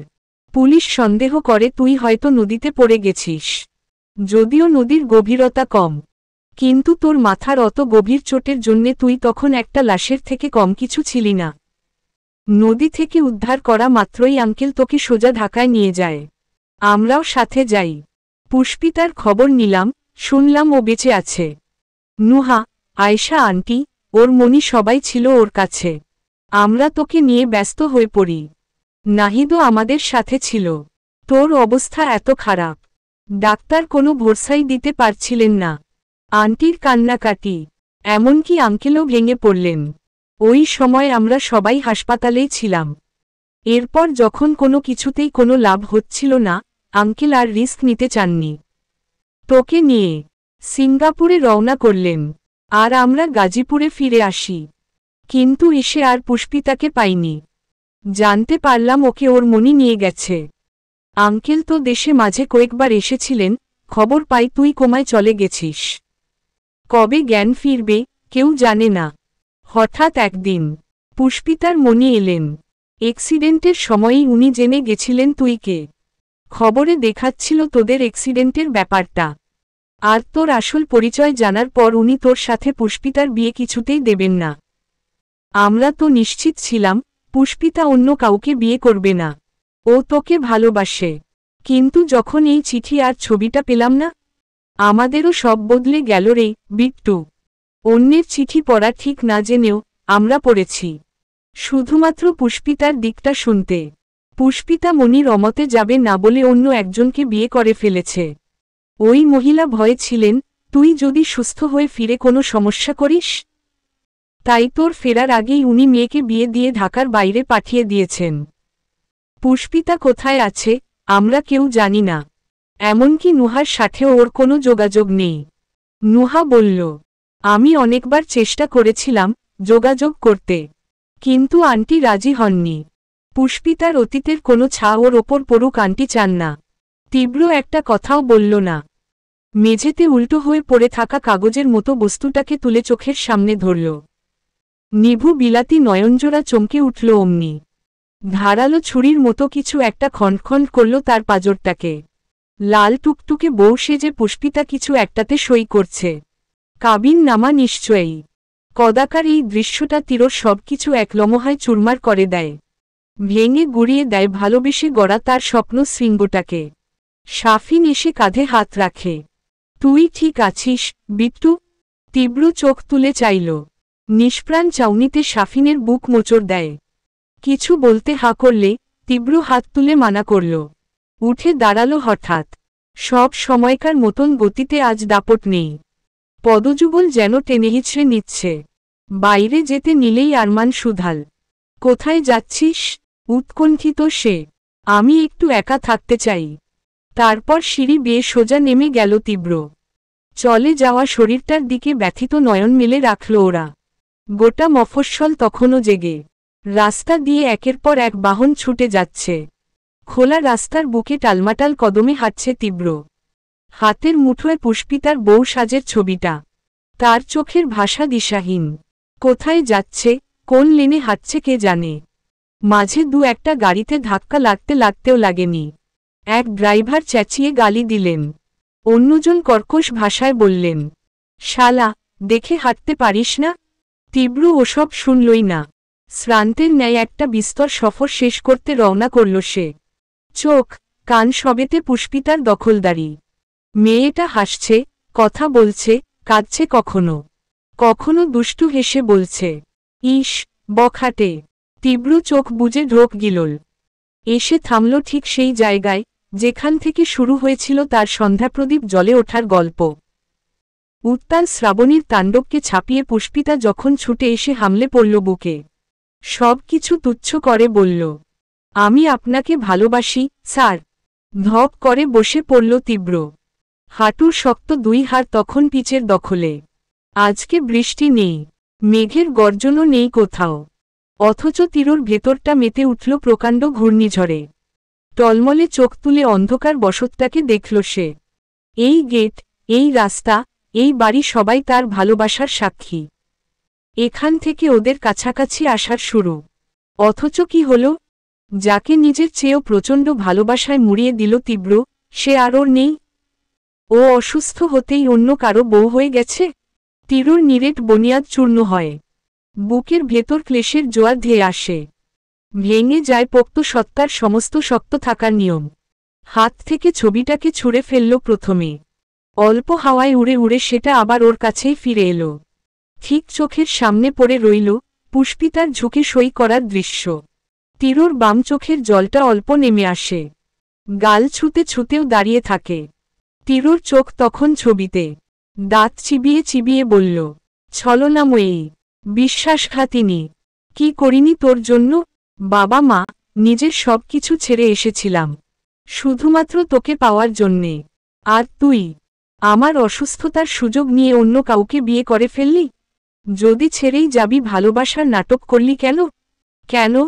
তীব্র চিৎকার করে উঠল। সুতনু পুরুষের হাহাকার মিটে গেল সনসনে হাওয়ায়। দু একজন পথচারী যেতে যেতে অদ্ভুতভাবে দেখে গেল তাকে। তীরর তাতে ভ্রুক্ষেপ হলে তো। দুহাতে মাটি খামচে ধরল সে। সাদাটে চোখ রক্তিম। মটমট করে উঠল নিরেট চিবুক। কটমটিয়ে বলল, ঘৃণা করি তোকে। তোর মতো প্রবঞ্চক, স্বার্থপর মেয়েকে আমি ঘৃণা করি। ছবিটা হাতে তুলেই এক টান মেরে ছিঁড়ে ফেলল তীব্র। কিন্তু রাগ, কষ্ট এক চুলো কি কমেছে? কমেনি। ছেলেটা উন্মাদের মতো মাথা চেপে ধরে। টেনে ছিঁড়তে চায় সোনালি চুল। কখনো হাঁসফাঁস করে চেঁচায়, কখনো ঘুষি বসায় পিচের ওপর। প্রকোপে আঙুল থেতলে দেয়ার চেষ্টা। গেটের দারোয়ান আজ নেই। কোথায় গেছে কে জানে। তীব্র বুক খামচে ধরল ব্যথা কমাতে। কমল না। রাগে জেদে হিতাহিত জ্ঞান হারিয়ে বাম হাতটা কামড়ে ধরল নিজের। শুভ্র ত্বকে দাঁত দেবে গেল। চামড়া ফেটে নোনতা স্বাদ লুফে নিল জিভ। রক্তের আঁচ পেয়েও তীব্র ছাড়ল না। মুখ সরাল না। আচমকা কেউ ঝড়ের বেগে এসেই হাতটা টেনে সরিয়ে দেয়। শাফিন তীরর মাথা টেনে রাখে। মিরাজ ধরে রাখে হাতটা। তীব্র একা ছাড়তে বললেও ওরা থেমে থাকেনি। পিছু পিছু এসেছে। মুশফিক সিক্ত কণ্ঠে উদ্বেগ এনে বলল, কি করছিস বিট্টু? এভাবে কেউ নিজের ক্ষতি করে? তীরর কবজি থেকে রক্ত ছুটে এসেছে। কুণ্ডলির মতো লাল হয়েছে জায়গাটা। কিন্তু থামল না সে। জোরসে এক ধাক্কা মারল মুশফিককে। ছেলেটা পড়তে পড়তে সামলায় নিজেকে। তীব্র হাতটা ঝাড়া মেরে ছাড়িয়ে আনল। রুষ্ট চোখে বলল, বলেছি না আমি একা থাকতে চাই, বলেছি না, যা এখান থেকে। আরমান কেঁদে কেঁদে বলল, বিট্টু এরকম করিস না, তুই এখনো অসুস্থ। একটা বাইরের মেয়ের জন্য কেন এত কষ্ট দিবি নিজেকে? ও ভালো আছে, তুইও ওকে ভালো থেকে দেখিয়ে দে। তীব্র ঝুপ করেই কেমন শান্ত হয়ে গেল, এক লহমায় নিবৃত বুকের বিক্ষিপ্ত শ্বাস। নীরস গলায় বলল, আমি ওকে ছাড়া ভালো থাকতে পারব? আরমান জবাব দিতে পারল না। চোখের জল তার উপচে আসার দশা। বাকিদের নীরবতার মাঝেই শাফিন ওকে টেনে নেয় বুকে। বোঝা গলায় দৃঢ়তা এনে বলে, পারবি, তোকে পারতেই হবে। তুই বিট্টু, আমাদের বিট্টু। বাকি সব ভুলে যা, ভুলে যা পুষ্পিতাকে, পুষ্পিতাকে ভুলে যা। তীরুর মস্তিষ্কের বন্ধ গতি হেথা এসে অচল হয়ে থাকে। যে মেয়েকে ও স্বেচ্ছায় নিজের শিরায় মেশাল বক্ষকোষের সমস্ত ফাঁকে, মেশাল হৃদয়ের প্রকোষ্ঠগুলোয়, চাইলেই কি তাকে ভুলে যাওয়া যায়?